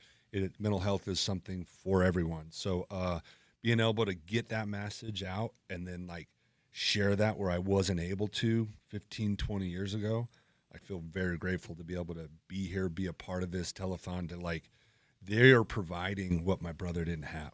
I just goosebumps saying that. Yeah. A phone call like this would have saved my brother and my mom's life. Well, the other thing about this is your parents, right? Yes. And you're raising 3 boys, which I just found out. And to have these resources available as a parent, I'm a parent of young girls right now, and I'm grateful for that, for the fact that our kids now have these resources, like you said, that we didn't potentially growing up. And I imagine, Brooke, especially being so close to, a family tragedy that was a big news story back in the day also, I imagine it's important to you that your boys have these resources if they need them. That's right. And kind of destigmatizing it and kind of normalizing.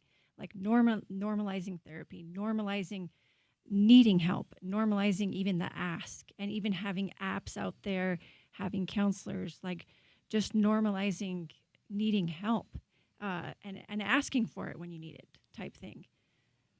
I also think it's great. I know, look, it's important when, any mom, any dad, any person in any walk of life is willing to have these conversations, but your local legend, you're a professional athlete. You're a guy that traditionally a lot of kids are going to look up to. A lot of kids are going to look to say, well, you look like you could still play. This is a big, strong guy. And for you to be willing to say, no, let's talk about the things that actually matter, I think that's also important. It's something that the Huntsman Mental Health Foundation has been encouraging. We're a sports talk radio station. They've been encouraging, athletes in our community, coaches in our community to make sure that they're on board with this. Yeah, and it's funny is it's actually a little more in your face than people realize. If you check the rosters of coaching staffs on major leagues, just in particular, you see 2 or 3 pitching coaches, 2 or 3 hitting coaches. One of them will be called the quality control coach. Mm-hmm. That's just a fancy way of saying mental strength coach. Interesting. That's a Tony Robbins, Jim Fannin. Go look at their credentials. They've probably either played, they have lived experience, and then they have the credentials. They have the knowledge and the know-how of how to process this stress we're feeling. We're operating a meat locker. Like the conversations I'm having with first responders and ball players, we're able to relate because we're operators. Yeah, they go through some really weird stress. And if all they're doing is flight or flight and they don't re-regulate, we're also, when we're able to table, Steph Curry, what he does is throwing that basketball through and seeing those he's doing mental health work. Yeah. He's doing that. Me rehearsing, if I get buckled by Verlander's breaking ball and I go to bed playing that over and over and over, that will go into, that will be, we think in pictures. That'll go into my REM sleep and thinking. That's how mental health works. I intentionally have that buckle. My mind knows no difference between reality or non-reality when I'm downplaying that in my brain. So if I play it and I rehearse it as if I'm hitting this ball to right center, even though I struck out, when I down-regulate that, when I go into REM, for 4-hour increments, those half-hour increments for the next 4 hours, will be rehearsing what I thought or felt when I went to bed, whether it was reality or not reality. We're intentionally hacking into that as athletes. Now, if we can address that with first responders or anybody, quality control coach. Sure. And as we fail, we learn how to fail and fail forward. You get a lot better routine and rituals in 162 games in 180 days where you have to rest and recover. You have to be able to recover from the next day. So those principles and foundation, what we did, it tables the conversation. Us as athletes, we're doing this mental health stuff in our regular day activities. We're just really good 1% performing humans with this meat locker body. We know how to make it perform. Sometimes I was able to make this move, and the unhealthy part is that the first responders do is we're protectors. We're not supposed to hurt or feel. We're Sure. just supposed to perform. So a lot of that post-game not recognizing that, not doing that correct way is some of our yips or the things and the stuff that happens in the game that'll downregulate, and we're starting to understand that. At what point in your baseball career did you become aware of these tools and the things that can help you? Because that's a lot of what the Huntsman Mental Health Foundation is doing is you're equipping people with tools, right? Correct. All of us have negative thought patterns. All of us have, good days, bad days, up days, down days. Obviously, for some people, it's more profound. For people with mental health issues, it can be a lot more significant and a lot more serious. But having the tools to know how to interrupt those patterns, how to just pull yourself out or to talk to someone who can help you pull it out. At what point in your career or your life did you become aware of those tools? It was weird. I was very fortunate and lucky. I had an uncle, David Burke, who went late in high school, went to Nebraska. He was with Irving Fryer and all that when they were during the Orange Bowl and all that. So he was, I thought he walked on water. At Nebraska, they made him take this class called psycho-cybernetics. So how do you train your brain to be able to do patterns and move your body part and how you train? Okay. I was also they made them take ballet. So my mom asked my uncle, well, what should I do? She put me in gymnastics. Wow. So learning how to rehearse and play that routine in my head, that became very natural to me. So I learned to kind of do that, right? And then, so in that, when I started doing that and learned how to rehearse, it was like this skill set. I think that's what made me good at sports. But then when I was able to apply that, because I was good until I wasn't, right? And then you get into pro ball, everybody's good. Yeah. Right? So then that mental thing becomes really relevant. Just like, all right, Alex Gordon, and they're acting different. They don't waver. And the whole world was looking for him to be the next George Brett. He didn't waver. He didn't panic. He stayed steady, right? And I could see how his mental stayed steady, stayed confident, didn't go too high or too low. Now, there's a skill set. Why is he like that? He has a routine and rituals of what he's feeding himself, and I started seeing this. Started having conversations with guys like Zach or Alex or Jeter. I have a picture in my room of Jeter talking about how he tricks his mind to be back in Battle Creek, Michigan, hitting the ball to right field as he blows a bubble because the neighbor's a jerk in left field and won't give him the ball back. So that helps him reduce thoughts at his most pressured moments. He told me, let's have this picture. Go look at all his big home runs, all his big hits. He's blowing a bubble. Wow. He's doing one of those tools, the best in the game, a tool, because he's feeling this. I asked him, and why I have the picture, I went to him, said, Derek, why did you say I felt really nervous? We had this at bat. And it was in the paper here. I single-handedly beat the Yankees, whatever. In the ninth inning, he had a chance to, beat us. Guy at second and third or whatever looks down at me. Two things happened. Looked at me and winked and says, John, are we having fun yet? Derek knew my first name. That was dope. Second, right, I was like, he's not nervous.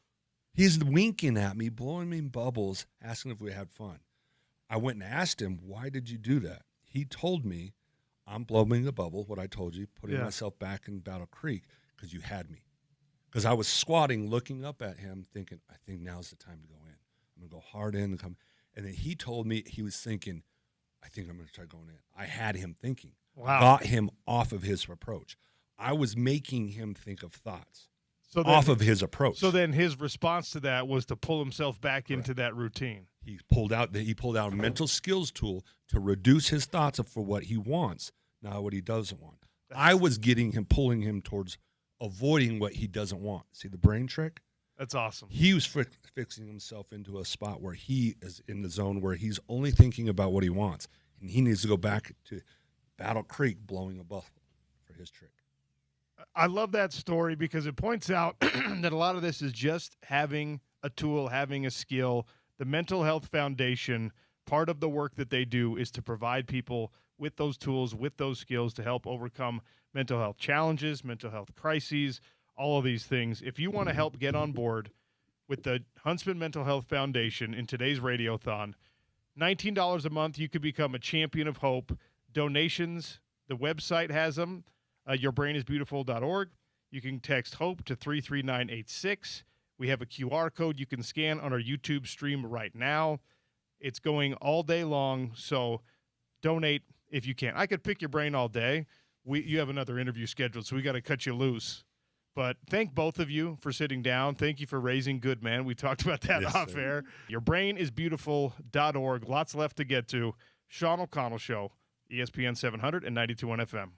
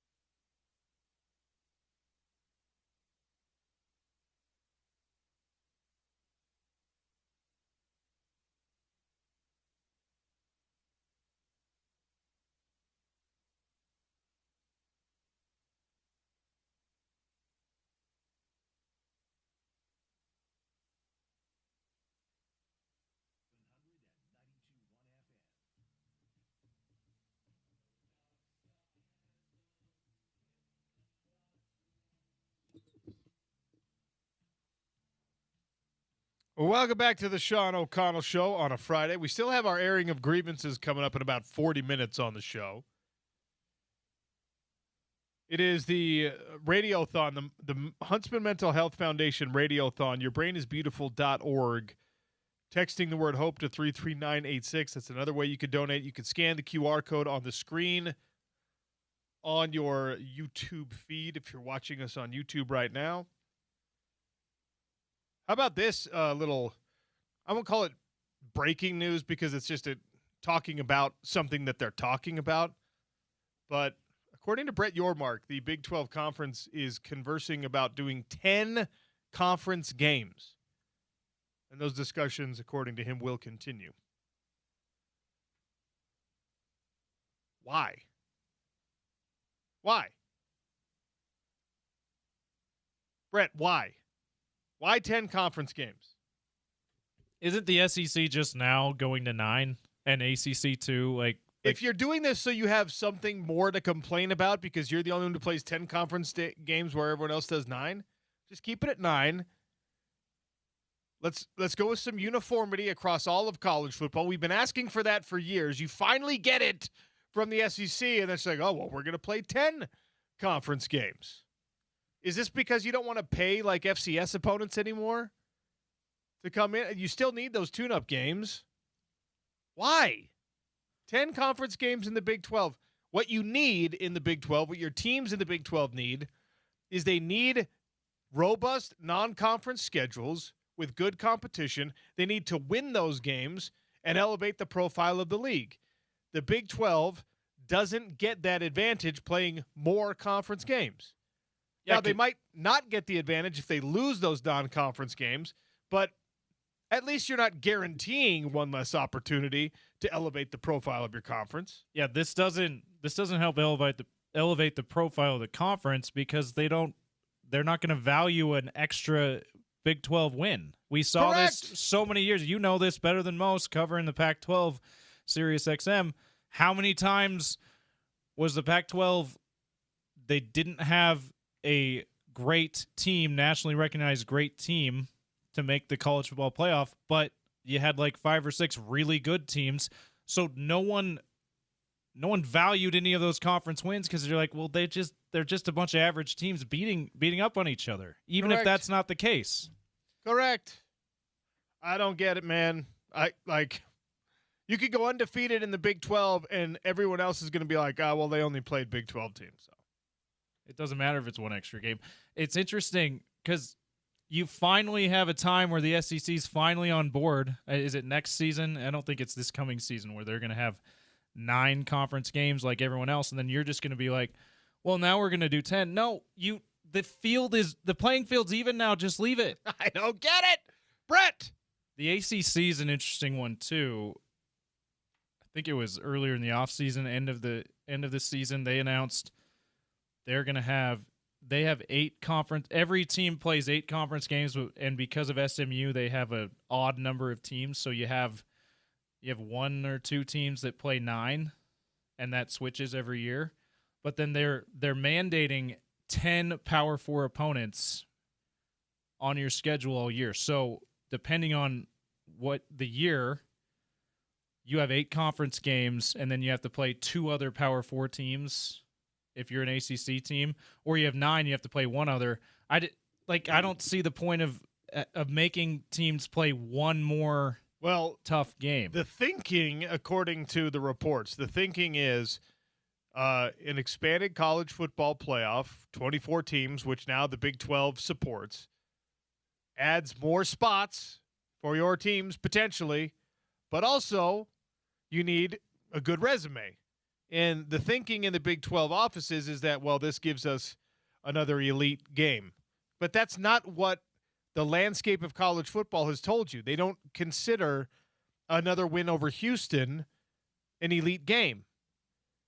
Now, is it even if Houston's ranked, they're not going to consider that. Is it a Power 4 win? Yes. But I will die on the hill that you would be better served to do non-conference games. Now, they can't be cupcake games, but to do non-conference games against a Power 4 team, that's what people want to see. That is actually what elevates the reputation the reputation of your Big 12 teams. Hey, look, I went out, I beat an SEC team. Look, Arkansas is not great. They're not in a great situation as a program right now. Utah is going to beat Arkansas in week 2. Hunter Yurchek, their athletic director, is going to complain about it and blame it on the kickoff time. But what's actually going to be the case is people are going to forget who it was. And at the end of the year, if Utah's got 10 wins, we're going to say, and one of them is against an SEC team. And the committee is going to be like, oh. And more importantly, just like the average college football pundit is going to be like, oh, they beat an SEC team. Or they'll throw it in there. Look at this. The Big 12 was blank and blank versus the SEC this year. And like, that's the perfect game, because a win over Arkansas, even Arkansas, is more valuable to a Big 12 team than almost any Big 12 win. And I hate that. As much as I don't want to say that, it's just the facts. If Baylor beats Auburn, Auburn isn't good. Auburn doesn't have to be good. If Baylor beats Auburn, then Baylor beat an SEC team. That win for Baylor is more valuable than almost any Big 12 win. That is more valuable than any win except for BYU, Texas Tech, Utah, and probably Arizona State. Maybe Arizona. And maybe 5 teams. Yeah. And don't play 10 conference games, play 9. And nationally, we've been talking about this. There's certain publications that are predicting a middle of the road in the Big 12 conference year for Utah. So they may not even consider Utah a big game until later in the season, when, if everything goes the way Utah fans want it to, they're vastly overachieving based on those things. So it's, playing another Big 12 game does nothing for you. The UCLA game, even though UCLA ended up being awful last year, OC, was this kind of thing for Utah too. They had no expectations going in, so no one thought this was going to be a great resume, a huge resume builder for Utah. But it's like, oh, that's a Big 10 team on the road. That's a pretty good way to start the season. Ended up all tangible logic and everything was like, well, that's a terrible UCLA team, but it's still a Big 10 team you beat. All right. The Festival of Teas continues here on the Sean O'Connell Show and on The Drive with Spence Checketts. We're going to give away a round of golf to El Monte at about 1:45. So about 47 minutes from now, we'll have a trivia question for you. We'll give that away. We've got so much left to talk about. We have so much left to check in on with the Huntsman Mental Health Foundation Radiothon. YourBrainIsBeautiful.org is how you get a hold of the information on how to donate. You can also text the word HOPE to 33986. You can scan the QR code on our YouTube stream. Christina Huntsman, the CEO of the Huntsman Mental Health Foundation, next. It's the Sean O'Connell Show on ESPN 700 and 92.1 FM. YourBrainIsBeautiful.org. That is the website you should be going to right now to participate in the Huntsman Mental Health Foundation's Radiothon. It's going on all day right here at Broadway Media, all of our stations. But, of course, you want to donate through ESPN 700 and 92.1 FM. For $19 a month, you can help become a champion of hope. You can help interrupt the mental health crisis in our community. You can give people tools, skills, and hope for a future. We know that mental health and the sports world have been, deeply intertwined for many years now. And it's an honor to be part of this. I said $19 a month. That's for you to become a monthly donor. Our next guest here on the Sean O'Connell Show, Greg Savage, and his family have been big-time helpers, big-time benefactors of the Huntsman Mental Health Foundation, and have really made it kind of a mission to support this foundation. And, Greg, welcome into the show first. How are you? Great. Thank you for having me. It's great to be here. So why, when you have a successful company or you have a successful foundation, you have a lot of people calling you, I imagine, and a lot of causes that want your attention, that want your money, that want your effort. Why has the Huntsman Mental Health Foundation been the place where you decided to make your commitments? So let me give you a statistic that suicide is the leading cause of death for children or youth between the ages of 10 and 17. Now, that ought to send shivers down everybody's spine that we're losing kids that way. And so I've had kids who have had mental health issues. One of them will be, talking with you folks later this afternoon, my son Ammon. But when this opportunity came around, it just was the right thing to do to get involved with the Huntsmans to really attack this issue of mental health head on. And they are doing it. They're doing it. You've seen how they did it with cancer. They're doing the same. Following John Senior's legacy, they're doing the kids are doing the same thing with mental health, and so when the opportunity came along, we jumped at the opportunity to take advantage of the legacy our parents left us, and to dive in and support mental health. When you think of the scope of this problem, this crisis of mental health, it can get daunting, right? And I think what's important for me, what's been good in getting to know the efforts of the Mental Health Foundation at Huntsman, is that they kind of package it in a way that you can be part of the solution with a small monthly donation or some volunteer efforts or whatever. It doesn't have to be something, this big scary monster that nobody's willing to talk about. They've really brought it out into the light and made it so the entire community can be part of the solution. Absolutely. $19 a month ain't much. And for some, that's still pushing it, I know. And so it's whatever you can do. And if all you can do is talk about it, get the word out, that's a start. And you brought up that statistic, and it did send shivers down my spine because I am a parent, and my kids are not yet in that age demographic, but obviously that's a really challenging time. It's a really challenging time in the world for kids right now with the social media, the technology, all the issues that are happening right now. And the Huntsman Mental Health Foundation, part of the effort that they have, I mean, it's crisis care. It's when you need help right now. It's when somebody is on that brink of making a terrible decision or having, an irreversible problem happen. There's these, that's when intervention is most necessary, and that's a place where the Huntsman Mental Health Foundation has chosen to make sure they're fighting the battle. Yeah, they've got the crisis care center out in Salt Lake. They, don't turn anybody away there, regardless of ability to pay. We're hoping to expand that to more help more youth. But there's the 988 that you can reach out to. There's the Safe Utah app. We can do so much more, and we need to do so much more. There's so much more to be done, and $19 a month will help. Talking about it will help. Having opportunities to come and talk with you and others here at the radio stations, anything we can do to get the word out is a big deal. And obviously, the Huntsman Foundation is doing a lot of work, and their charity goes a long way. But here's some numbers for you if you're considering donating. 62,000 patients annually have been treated. 114,000 crisis calls responded to so far every year by the Huntsman Mental Health Foundation. That is a huge volume of people and cases out there that need some help. And that, of course, requires funding. And for $19 a month, you can become a champion of hope. You can text HOPE to 33986. You can scan the QR code on our YouTube stream. You can go to yourbrainisbeautiful.org and become part of the solution. I'm going to be driving that home all day. Become part of the solution. There's a lot of problems in the world. Let's not focus on those. Let's focus on being part of the solution, like Greg and the Savage family have done. We appreciate you doing that. Thank you, and thank you for having us. Thanks for jumping on the show. We have so much to get to. Again, we're navigating this radiothon while we're talking about sports. That's what we do on Utah's #1 sports talk, ESPN 700 and 92.1 FM.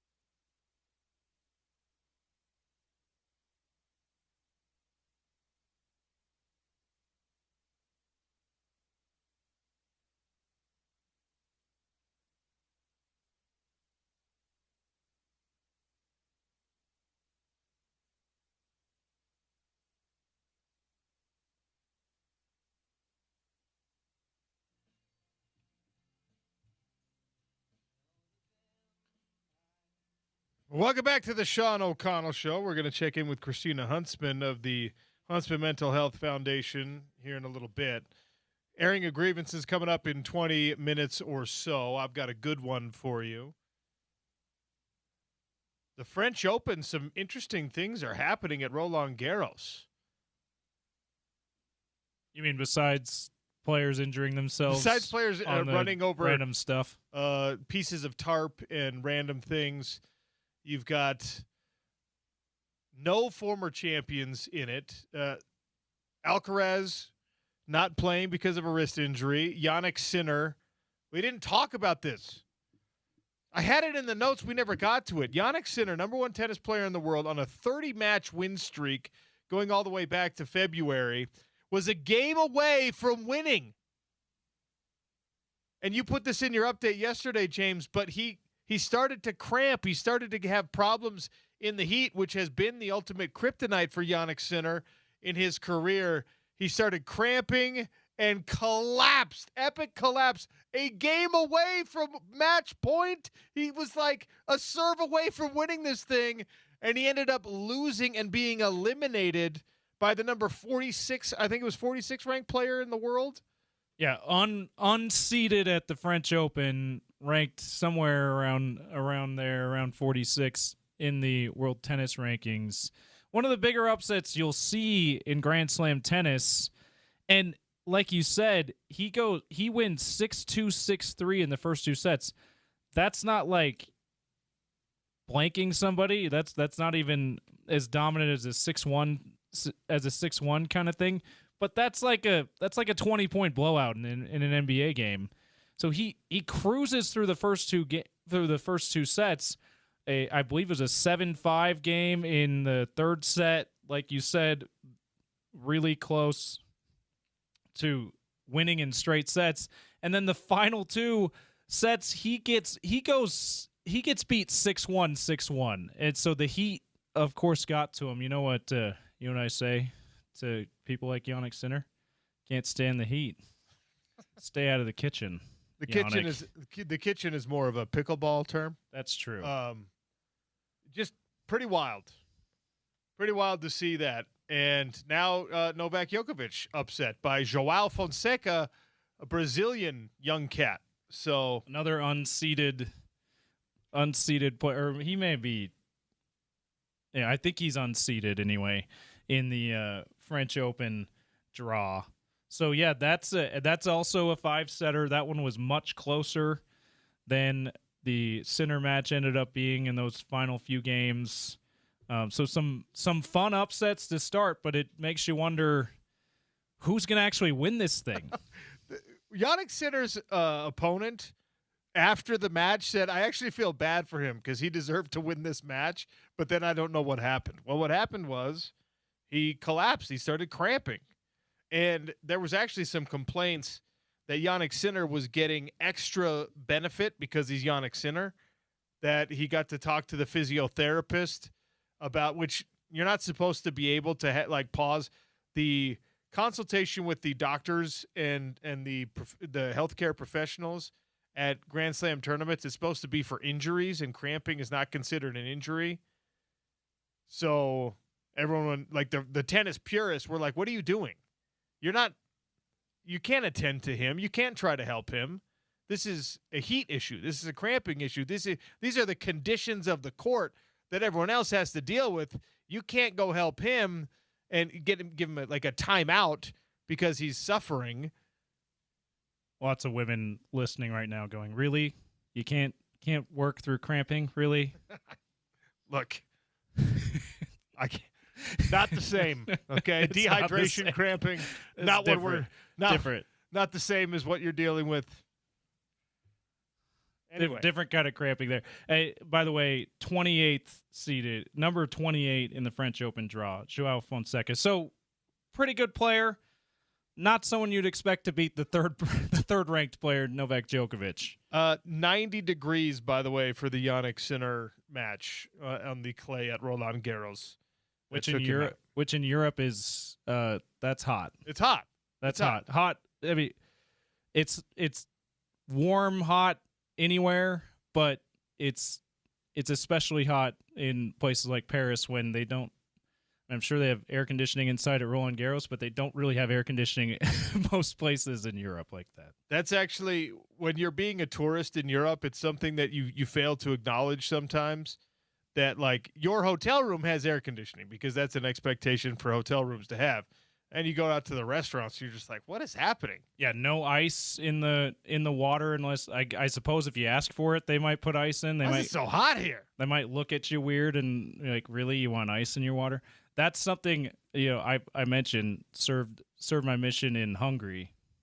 I was told by, the MTC teachers, like something you need to know. There's no air conditioning, but I didn't necessarily believe it till I got over there. I'm like, come on, it's back then. It's we're in the 21st century. You're telling me that a developed country doesn't have air conditioning, and they're like, yeah, that's what I'm telling you. It's just not part of the culture over there. Didn't they have a weird thing about ice also that you're like, oh yeah, like, they made were you like sick if you had afraid ice? of the cold. So that's another reason why they have superstition about being cold. Another reason why they didn't use air conditioning is because if you sat under it directly for too long, you might get sick.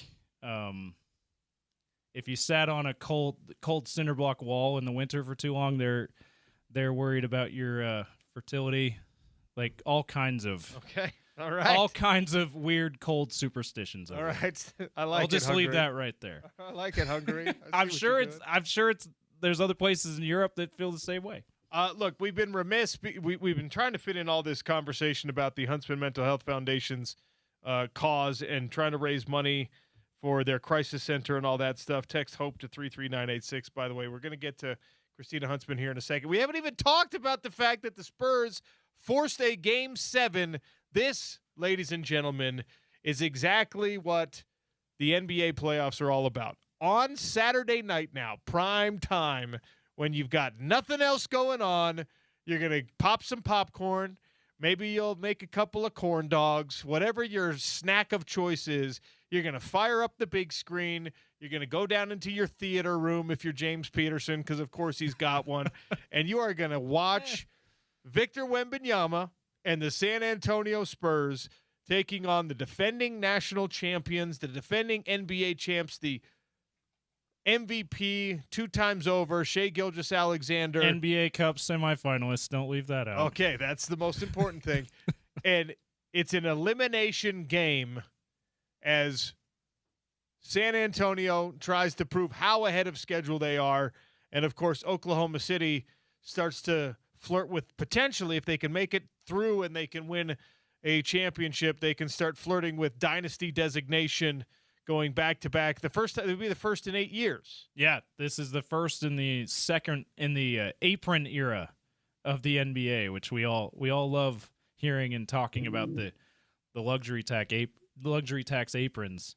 But yeah, Gordy Chiesa's he's been quick to point this out all season. Whenever you asked him, OC, hey, chances the Thunder repeat, he was quick to say probably not, because we haven't had a repeat champion since the Warriors in 2018. I have been like, yeah, that's true, but have you seen this Thunder team? And then the Spurs have burst onto the scene. Victor Wembanyama's played like an MVP. They're putting a lot of doubt into that, and maybe Gordy's going to end up being right after all this, which, you know what? It's another lesson to just, if that's the case, to just never question Gordy Chiesa about NBA basketball. I don't mean to jump around too much, but Joao Fonseca, they're showing him on TV post-match. His team walks him back. They have a nice hug. They celebrate together in kind of the bowels of, probably under the grandstand where the, players only area.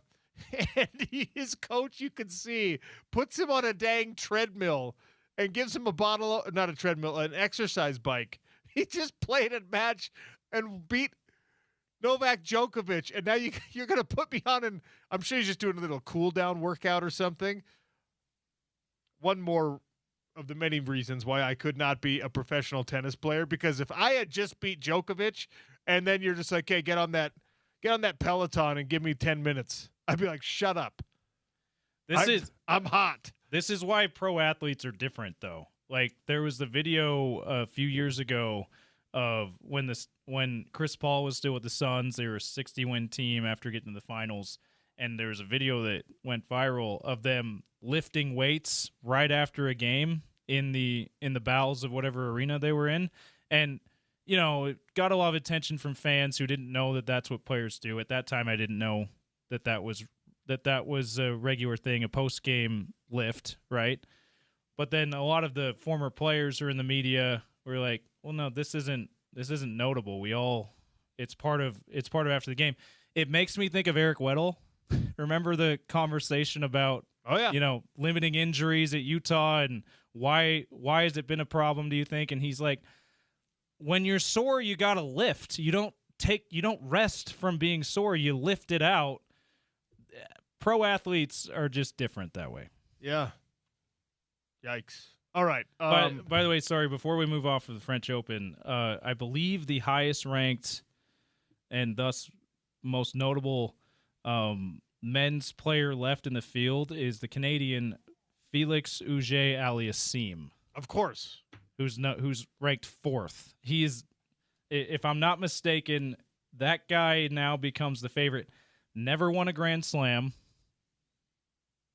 Obviously has not won this tournament because we already said all of the former champions have been eliminated or they didn't play at all, like Carlos Alcaraz. So gonna be interesting to see if maybe it's Auger-Aliassime, maybe it's someone else from the men's side at the French. All right, we're going to do a leaderboard update during the airing of grievances, which is coming in about 10 minutes. I've got a good grievance for you, and I'm talking to you, Steve Sarkisian, but we'll get there. The CEO of the Huntsman Mental Health Foundation, Christina Huntsman, was kind enough to record a conversation earlier. Here it is. Special day here on the Sean O'Connell Show. The Huntsman Mental Health Foundation is here for the Champions of Hope Radiothon, yourbrainisbeautiful.org. I want you to save that in your favorites, on your phone, on your computer. You can donate there to the Huntsman Mental Health Foundation. And we're lucky enough to welcome the CEO, Christina Huntsman, right here on the Sean O'Connell Show. How are you? Oh, my gosh. Thank you so much. And thank you for wearing that amazing shirt. Well, thank you for giving me this amazing shirt. This will be in the rotation, not just today, but yes. I love that was the choice. Yes. For the website, because if it's, as much as, the Huntsman brand has a lot of equity here, the point is right there in the website. Your brain is beautiful. Let's treat it as such. Exactly. And that's what we would love all of your listeners to be able to have one of these shirts if they become monthly donors for $19 a month. Mental health is personal for us. I lost my sister 16 years ago to a drug overdose. And getting a mental health diagnosis does not need to come with a death sentence. And we're losing too many people. And I think we all share that same pain of losing people that we love or watching people that we know are suffering. So we are the vehicle to help raise funds for what the Huntsman Mental Health Institute is doing, changing lives, having new treatments, and having a place for people to go get the help that they need. Yourbrainisbeautiful.org. You can text HOPE to 33986. If you're watching us on YouTube right now, there's a QR code on your screen. You can scan that. And it's $19 a month to become a champion of hope, and you will get one of these cool T-shirts. We're a sports station, as you know, and everyone who listens to us, I'm sure, has personal stories, a relative, a friend, a neighbor, whomever, that has dealt with mental health challenges. If you're a sports fan, you also have the kind of additional stories that you see all the time with your favorite coaches, your favorite athletes, people that are in our uneducated minds, right? They're the heroes of society. And that's right. They've got it all. And then you find out that they're struggling sometimes the same way everyone else is. And just today, Claude Lemieux, a 4-time Stanley Cup champion, an absolute legend in the game, a man who has done so many things for hockey and is a hero to everyone who is a fan of hockey. Unfortunately, we found out he died by suicide. Yes, and these are brain diseases. And because of stigma, people wait too long to get the help that they need. If he had had a brain tumor, he would have gotten the help that he needed and gotten the treatments that he needed. But because of stigma, But because of stigma, we have to change and we have to disrupt the system. We need to make sure that it's covered by insurance and that people get help on the front end instead of waiting too long. And we need to be able to share our stories and look at people with love and empathy when they share that they are struggling with depression or struggling to get up in the morning. Let's get them to a real doctor, because we do have treatments and we do have cures, and we want to be able to help people. There's a couple numbers that we've been talking about today that are really stark and quite frankly scary, especially if, like most of my listeners, you're a parent. Mm-hmm. Suicide is the leading cause of death for children ages 10 to 17. Yes. That should not be the case. It should we not. cannot allow that to continue to be the case. And the Huntsman Mental Health Institute, here's another crazy number, 62,000 patients annually. First of all, amazing that you and your family have taken on a challenge that enormous, but that's a lot of capacity, and that means that there's funds that are needed to meet that capacity. Right. So if you can, become a champion of hope. Yes. Well, and you look at 97% of America will say they know of somebody that's dealing with a mental health crisis, but only 2% of our philanthropic dollars go into research and helping mental health. And we need to change that. And we want to be the model here in Utah, and we will be the model around the country that others can look at. We've just opened the Crisis Care Center over this last year, where anybody can go, whether their ability to pay or not. They will not be turned away, off of 33rd South and 9th West. Please come. There's no appointment needed. It's open 24/7. Don't wait till you're in crisis. If it's just a matter of getting a refill, you will be in crisis a week later if you don't get that refill of medication that's needed. But we're there to help you. I love what you just said. Don't wait until it is an emergency. Yes. Right? If you've been feeling down for a week or weeks now, if you've been struggling silently, if you're worried about somebody else who might be in this situation, there are resources available through the Huntsman Mental Health Foundation. And sometimes that's all you need is the tool, is the intervention, is the person to talk to. That is available. If you're listening right now and you're struggling, you are not alone. That's the whole point of what the Huntsman Mental Health Foundation is doing, and we're happy to help. And we don't want other families to have to go through what we went through. We know that pain, and we know that suffering, and we know where do we take our loved ones. So we want to be that answer. There's the Safe UT app. There's 988. There's our Crisis Care Center. Instead of going to the emergency room for mental health, come to our Crisis Care Center, and we will take care of you. Yourbrainisbeautiful.org. Text HOPE to 33986. Scan the QR code on your screen. Get involved however you can, whenever you can, with the Huntsman Mental Health Foundation. Thank you for what you and your family are doing. Thank you for, spreading the word to your listeners. We'll do our best. Thank you. Plenty more to come on the Sean O'Connell Show, ESPN 700 and 92.1 FM.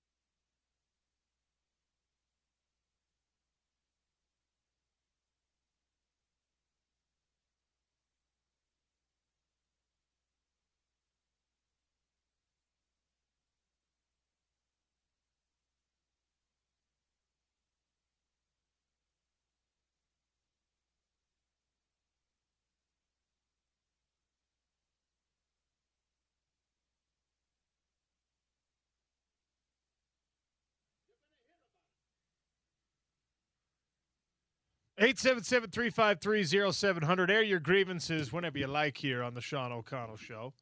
877-353-0700. You could call us. You could text us your grievance on a day where we are highlighting the Huntsman Mental Health Foundation's Crisis Center and their radiothon, yourbrainisbeautiful.org. Text HOPE to 33986 or scan the QR code on your screen on our YouTube channel. And listen, it's good to unburden yourself. You head into the weekend, clear your mind, get it off your heart, air your grievance. We keep it tongue-in-cheek around here, but look, very seriously, they're doing incredible work, God's work at the Huntsman Mental Health Foundation, and they've got crisis care. If you're struggling, if you're worried, if there's anxiety, depression, if you're worried about a child that's not communicating, is withdrawing, take advantage of the resources. Contact the Huntsman Mental Health Foundation. The tools are out there. The resources are out there. Please find a way to access them. And I know it's difficult when you're feeling hopeless, when you're feeling sad. You don't want to talk to people. You don't want to go to mom. You don't want to go to dad. You don't want to go to your brother. You don't want to go to your best friend. Do it anyway. And if you don't want to talk to someone you know, go to a mental health professional like at the Huntsman Mental Health Foundation. Please. Yeah, and then just before we move off of this and start the airing of grievances, I'll just say, too, just remember that when someone else is going through maybe what's perceived to be a more serious mental health struggle, whether maybe they're clinically diagnosed with something and you're not, the people who care about that person also go through their own mental health struggles in those situations. So, yeah, even if you don't feel like you need it, it might be beneficial to you. So that's what we're doing here, trying to raise money for mental health services through the Huntsman Mental Health Foundation. Yourbrainisbeautiful.org. 877-353-0700. Air your grievance. I'm going to air my grievance with Steve Sarkisian with Texas, and I feel like there's not going to be a lot of times where I'm on board with Texas Tech, where I'm feeling some kind of solidarity with the Red Raiders. Okay, this is a team, this is a franchise now that's got access to oil money, that is going to be trying to poach and steal all the good things in Big 12 football that Utah and, to a lesser extent, BYU want and have. This is a team that is trying to push through a guy who is who's gambling on college sports to eligibility this year. They might be exploiting loopholes in the transfer portal to get some depth in the quarterback room. I mean, there's a lot of times where I'm just going to rag on Texas Tech, but today is not that day, because Steve Sarkisian didn't name Texas Tech, but was obviously talking about Texas Tech when he was saying, like, oh, yeah, there's another team in our state that if they had to play our schedule would stink. They'd be 2-8 or whatever. Texas Tech. Well, he also said if we played their schedule without our number ones, just our 2s and 3s, we'd go undefeated. Look, shots Sark, fired. Terrible comment to make, but also it stirred up some things in Lubbock, and they've got this guy in Cody Campbell who's like, fine, I'll put my money where your mouth is. And Texas Tech made some phone calls to Texas State and to Abilene Christian, their first two non-conference opponents on the year, and said, you know what, we would like to buy out of our game against Abilene Christian. We would like to schedule Texas in order to play against the Longhorns in week 1. Now, to say I will not only buy out my opponent, but I will buy out your opponent is gangster. I was wondering, I didn't see that context in the article I was reading about it. I'm like, wait, hold on. Play in week 1, and you're going to buy out 2 opponents, but they're buying out Texas's opponent, Abilene too. Christian is Texas Tech's opponent for week 1. Texas State in San Marcos, which is like right down the road from Austin. Oh, is it really that close? Okay. It's close. It's so I think Austin and San Antonio are like 90 minutes apart. Yeah, they're close. Well, San Marcos is between them. It's right in the middle. Okay, wow. So- So it's like St. George to Mesquite, kind of close. Yeah, it's like, it's like Salt Lake to Provo kind of close. Yeah. And so Texas State is Texas's week 1 opponent. And Texas Tech is just like, hey, would you be interested in us buying out the Texas game? Now, for Texas State, that's a money game. So as that's is probably, Abilene Christian, yeah. Yeah, Abilene Christian obviously too, but for Texas State, that's probably like a $1.5 million game. And Cody Campbell and Texas Tech are just like, yeah, we'll buy you out so that Texas has an opening and they can play Texas Tech.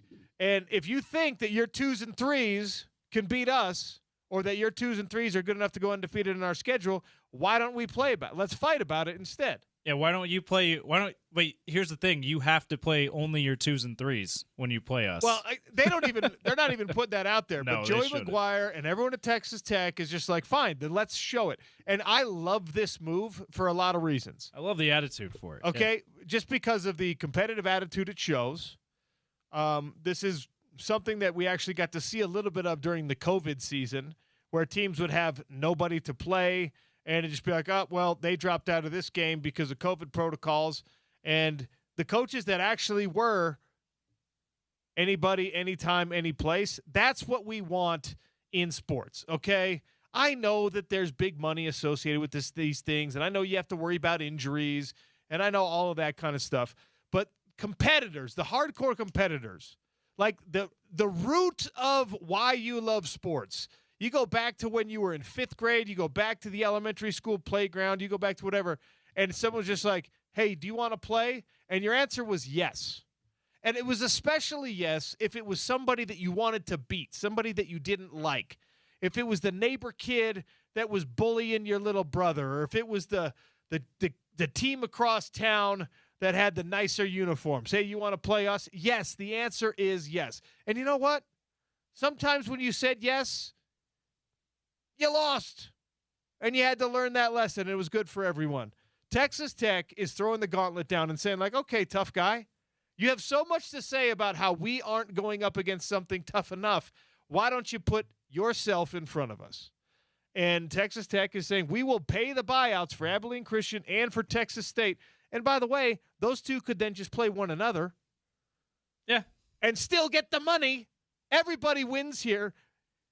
Texas State, by the way, is this the first year of the new Pac-12? Is that we're going into? Is that still a little way off?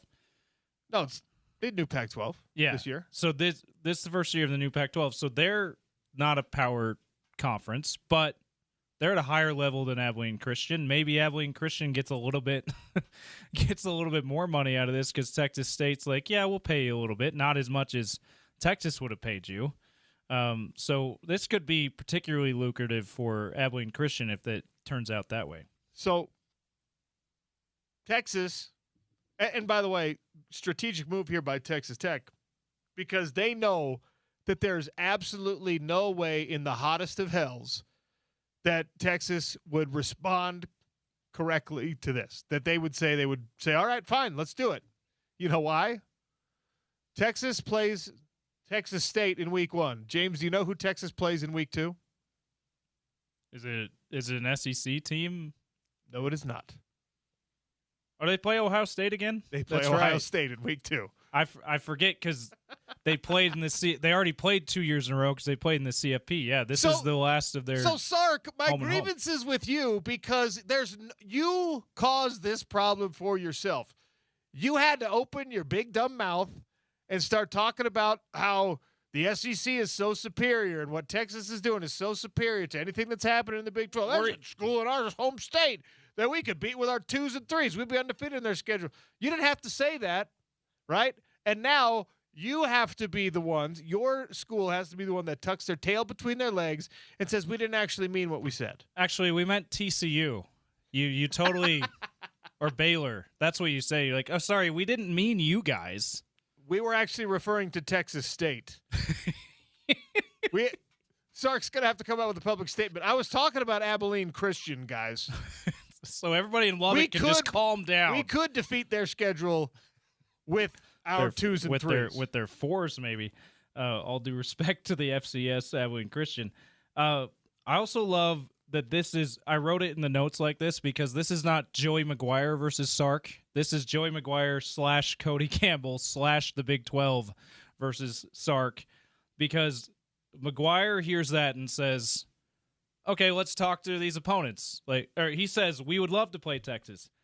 Cody Campbell hears that and goes, okay, I've already called Texas State with Joey, and I've called Abilene Christian. We've got a conversation in place about buying both those teams out so that the schedule's cleared for week 1 for both of us. Big 12 hears about this and says, all right, we're gonna promote this on our social media, and we're gonna tell the story. McGuire has talked to Texas State, and Abilene Christian would love to buy those games out to play Texas in week 1. If not Lubbock, then AT&T Stadium. So it, like, Sark makes a statement by himself, and then he gets 3 influential Big 12 people, Texas Tech people in particular, coming right back at him. I love the gang up on Sark thing. This is the second time in 6 weeks, less than that. He said that stupid thing about basket weaving at Ole Miss and had to walk those back. It's like, hey, maybe just focus on yourselves. Well, I just also, are we pretending that the student athletes at the University of Texas are not given cupcake academic schedules and tutoring and nerdy kids to do their homework for them? No, Stop it. No, Texas is Stanford. Did you know that? You didn't know that? Texas is a tough school to get into if you're a tuba major. If you're a football player, you're getting in, and they're not making you do anything difficult. All right. This is from Derek on the text line. You'll probably get several of these, but grievance against the Arkansas AD. Put your big boy pants on and stay up late one time, crybaby. Yes. This is Derek the mailman. Shout out to you. Dude likes to listen, doing his in-between deliveries. Here's Shout the out thing. To you. It's going to be a late night. It's going to be a night game atmosphere on what we think will be a beautiful weather day at Rice Eccles. It should be live. It should be bumping. It should be jumping. The Arkansas Razorbacks, they have played 1,000 games in hostile nighttime environments, okay? They have. SEC team, they've been to Death Valley. They played night games in Tuscaloosa. They've been everywhere. Why are you scared of doing it in the mountains? It's at 9:15 Central Time. All right. Well, We're going to get back at 6 a.m. in the next morning. Yeah, you are. We don't care. It's like Bill Riley said. That's life in the Pac-12 for Utah. So many years in the Pac-12, and you're going to get back at 6 a.m., but then you don't play for another 6 days. You're fine. Okay, grievance. In the same neighborhood as mental health, can our governments please start spending money on our teachers, specifically our learning disability and special needs teachers? Both of my school-age kids' teachers went to different schools because the district isn't paying them enough, as opposed to what Leslie Knope says, we have enough parks. Let's please put some money where it should go, our teachers. Here's the thing. Shout out to Parks and Rec. I will beat this drum with you any day of the week. I will not accept a raise on my taxes quietly for anything else, but if someone could come to me and guarantee, hey, we're going to charge you another 1% on your taxes or something, and that money is going to public school teachers, we're going to make this a prestigious job in the United States of America. We're going to make it a competitive job. We're going to demand people have, elite education and continuing education, and we're going to make sure that our teachers want what's best for their students. And, teachers deserve way more than they get. So, yes, grievance on us, especially in the state of Utah. We have really screwed this up because this is such a family-centric state. And everything is about kids. Everything is about kids. Everything is about kids, except we're 48th in the nation in per student spending and stuff. And I get there's a large volume of kids, but we can do better. And the special needs community has a place very near and dear to my heart because of my own little brother. So double echo on your grievance there. Grievance with the month of May for coming and going too fast. The best months in Utah are always brief. You know what? Let's make next month the best month. Let's make June the best month. How about that? May was great, mild, beautiful.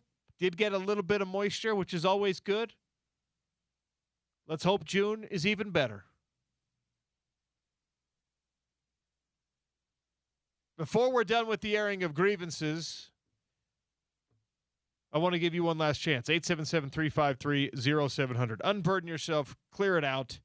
Get it off your chest before you head into your weekend. Yourbrainisbeautiful.org is where you can donate to the Huntsman Mental Health Foundation in their Radiothon today. Become a monthly donor for $19 a month. You get a cool Your Brain is Beautiful t-shirt, but more importantly, you'll be contributing to a very worthy cause that affects everybody in our entire community. 62,000 patients handled annually by the Mental Health Institute. 114,000 crisis calls every year.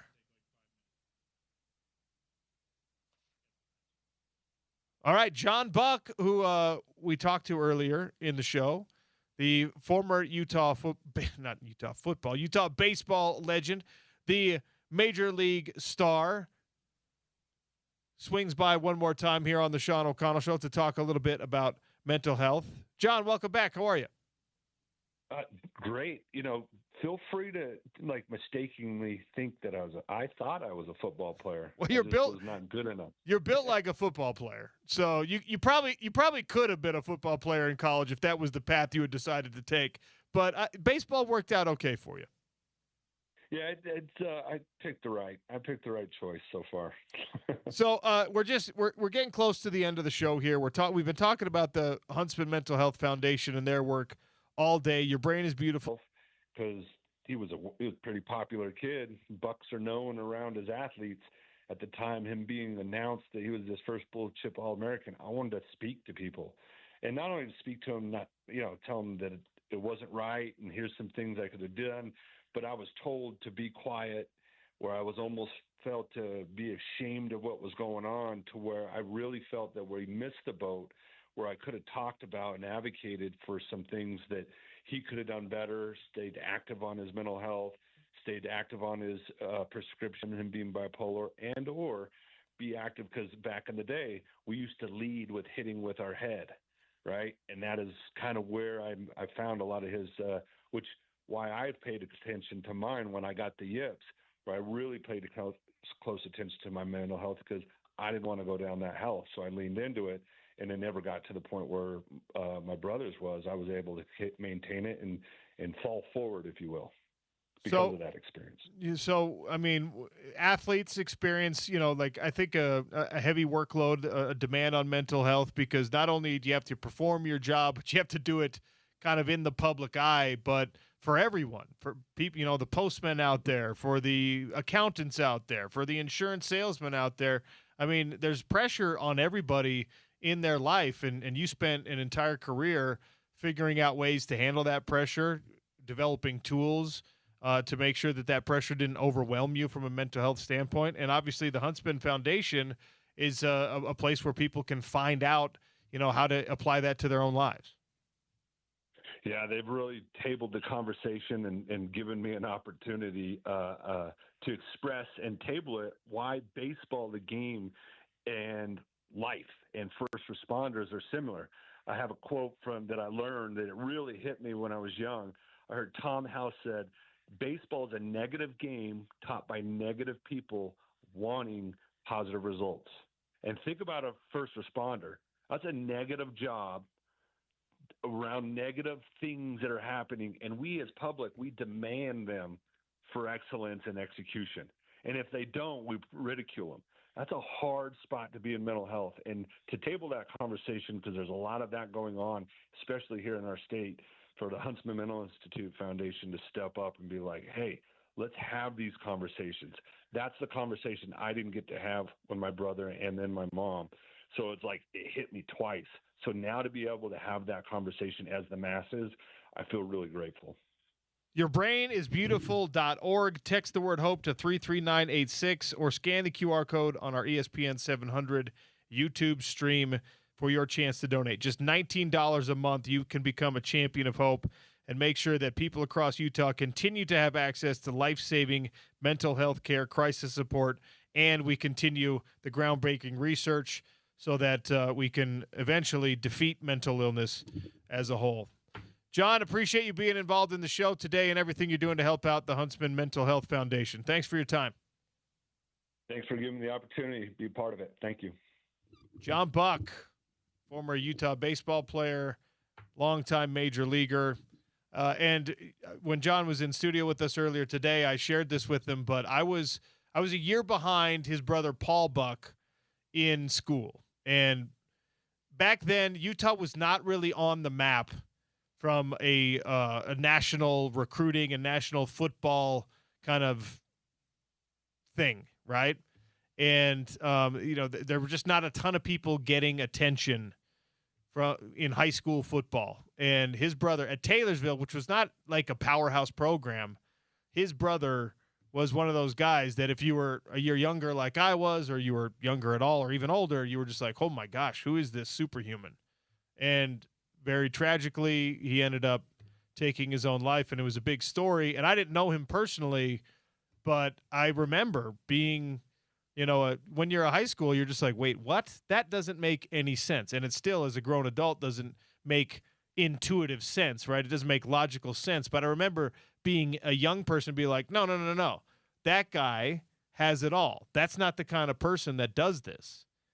And I only bring that up because it's something that I still think we need to be more aware of, where like it's not always people that are the emo kid that doesn't talk to anybody in the corner. It's not always that person that's struggling with mental health. So check in on all your people, even the ones who have it going really well, who are smiling all the time, who it seems like everything's going their way. Yeah, and just briefly here, I just wanted to add, I've shared my personal story with grief, losing both my parents already. One is a teenager and one a few years ago, and that has been quite and those that have lost any loved ones or close friends, whatever it might be, you understand just the toll that grief can have on your mental health in particular. That's been something that I've had to navigate through, and it's tough. It's weird how much becoming a parent has kind of dredged some of that up too, because I've gotten he loves his grandma and grandpa that are here, my in-laws, my wife's parents, who are incredible. He loves them so much. There's a part of me that goes, man, he doesn't get to have that with my parents, which, dredges a lot of that stuff up. Been through different, not ever clinically diagnosed, but been through different bouts with depression because of that and other things. You try to put on a brave face, but like you said, we're getting to a point where maybe you don't have to always have the brave face on. Maybe it's okay, and not maybe it is okay to kind of share yourself, unburden yourself, like we talk about tongue-in-cheek with airing of grievances, this segment, but in a serious way.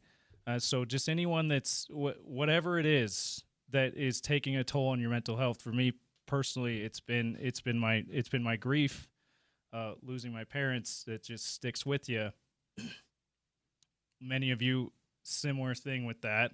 Maybe you're clinically diagnosed with something. Maybe you're not, and you're realizing, hey, maybe I do need to see someone and get some extra help with this. That's what we're doing today to try to raise some funds to help those services in partnership with the Huntsman Mental Health Foundation. Text HOPE to 33986. Got the QR code on the YouTube stream, like OC's been saying all show. We will give away a free round of golf and hand it over to Spence Checketts Nets. Well said, James Peterson. Take care of your brain. Take care of your mental health, even better than you do your body. It's the Sean O'Connell Show on ESPN 700 and 92.1 FM.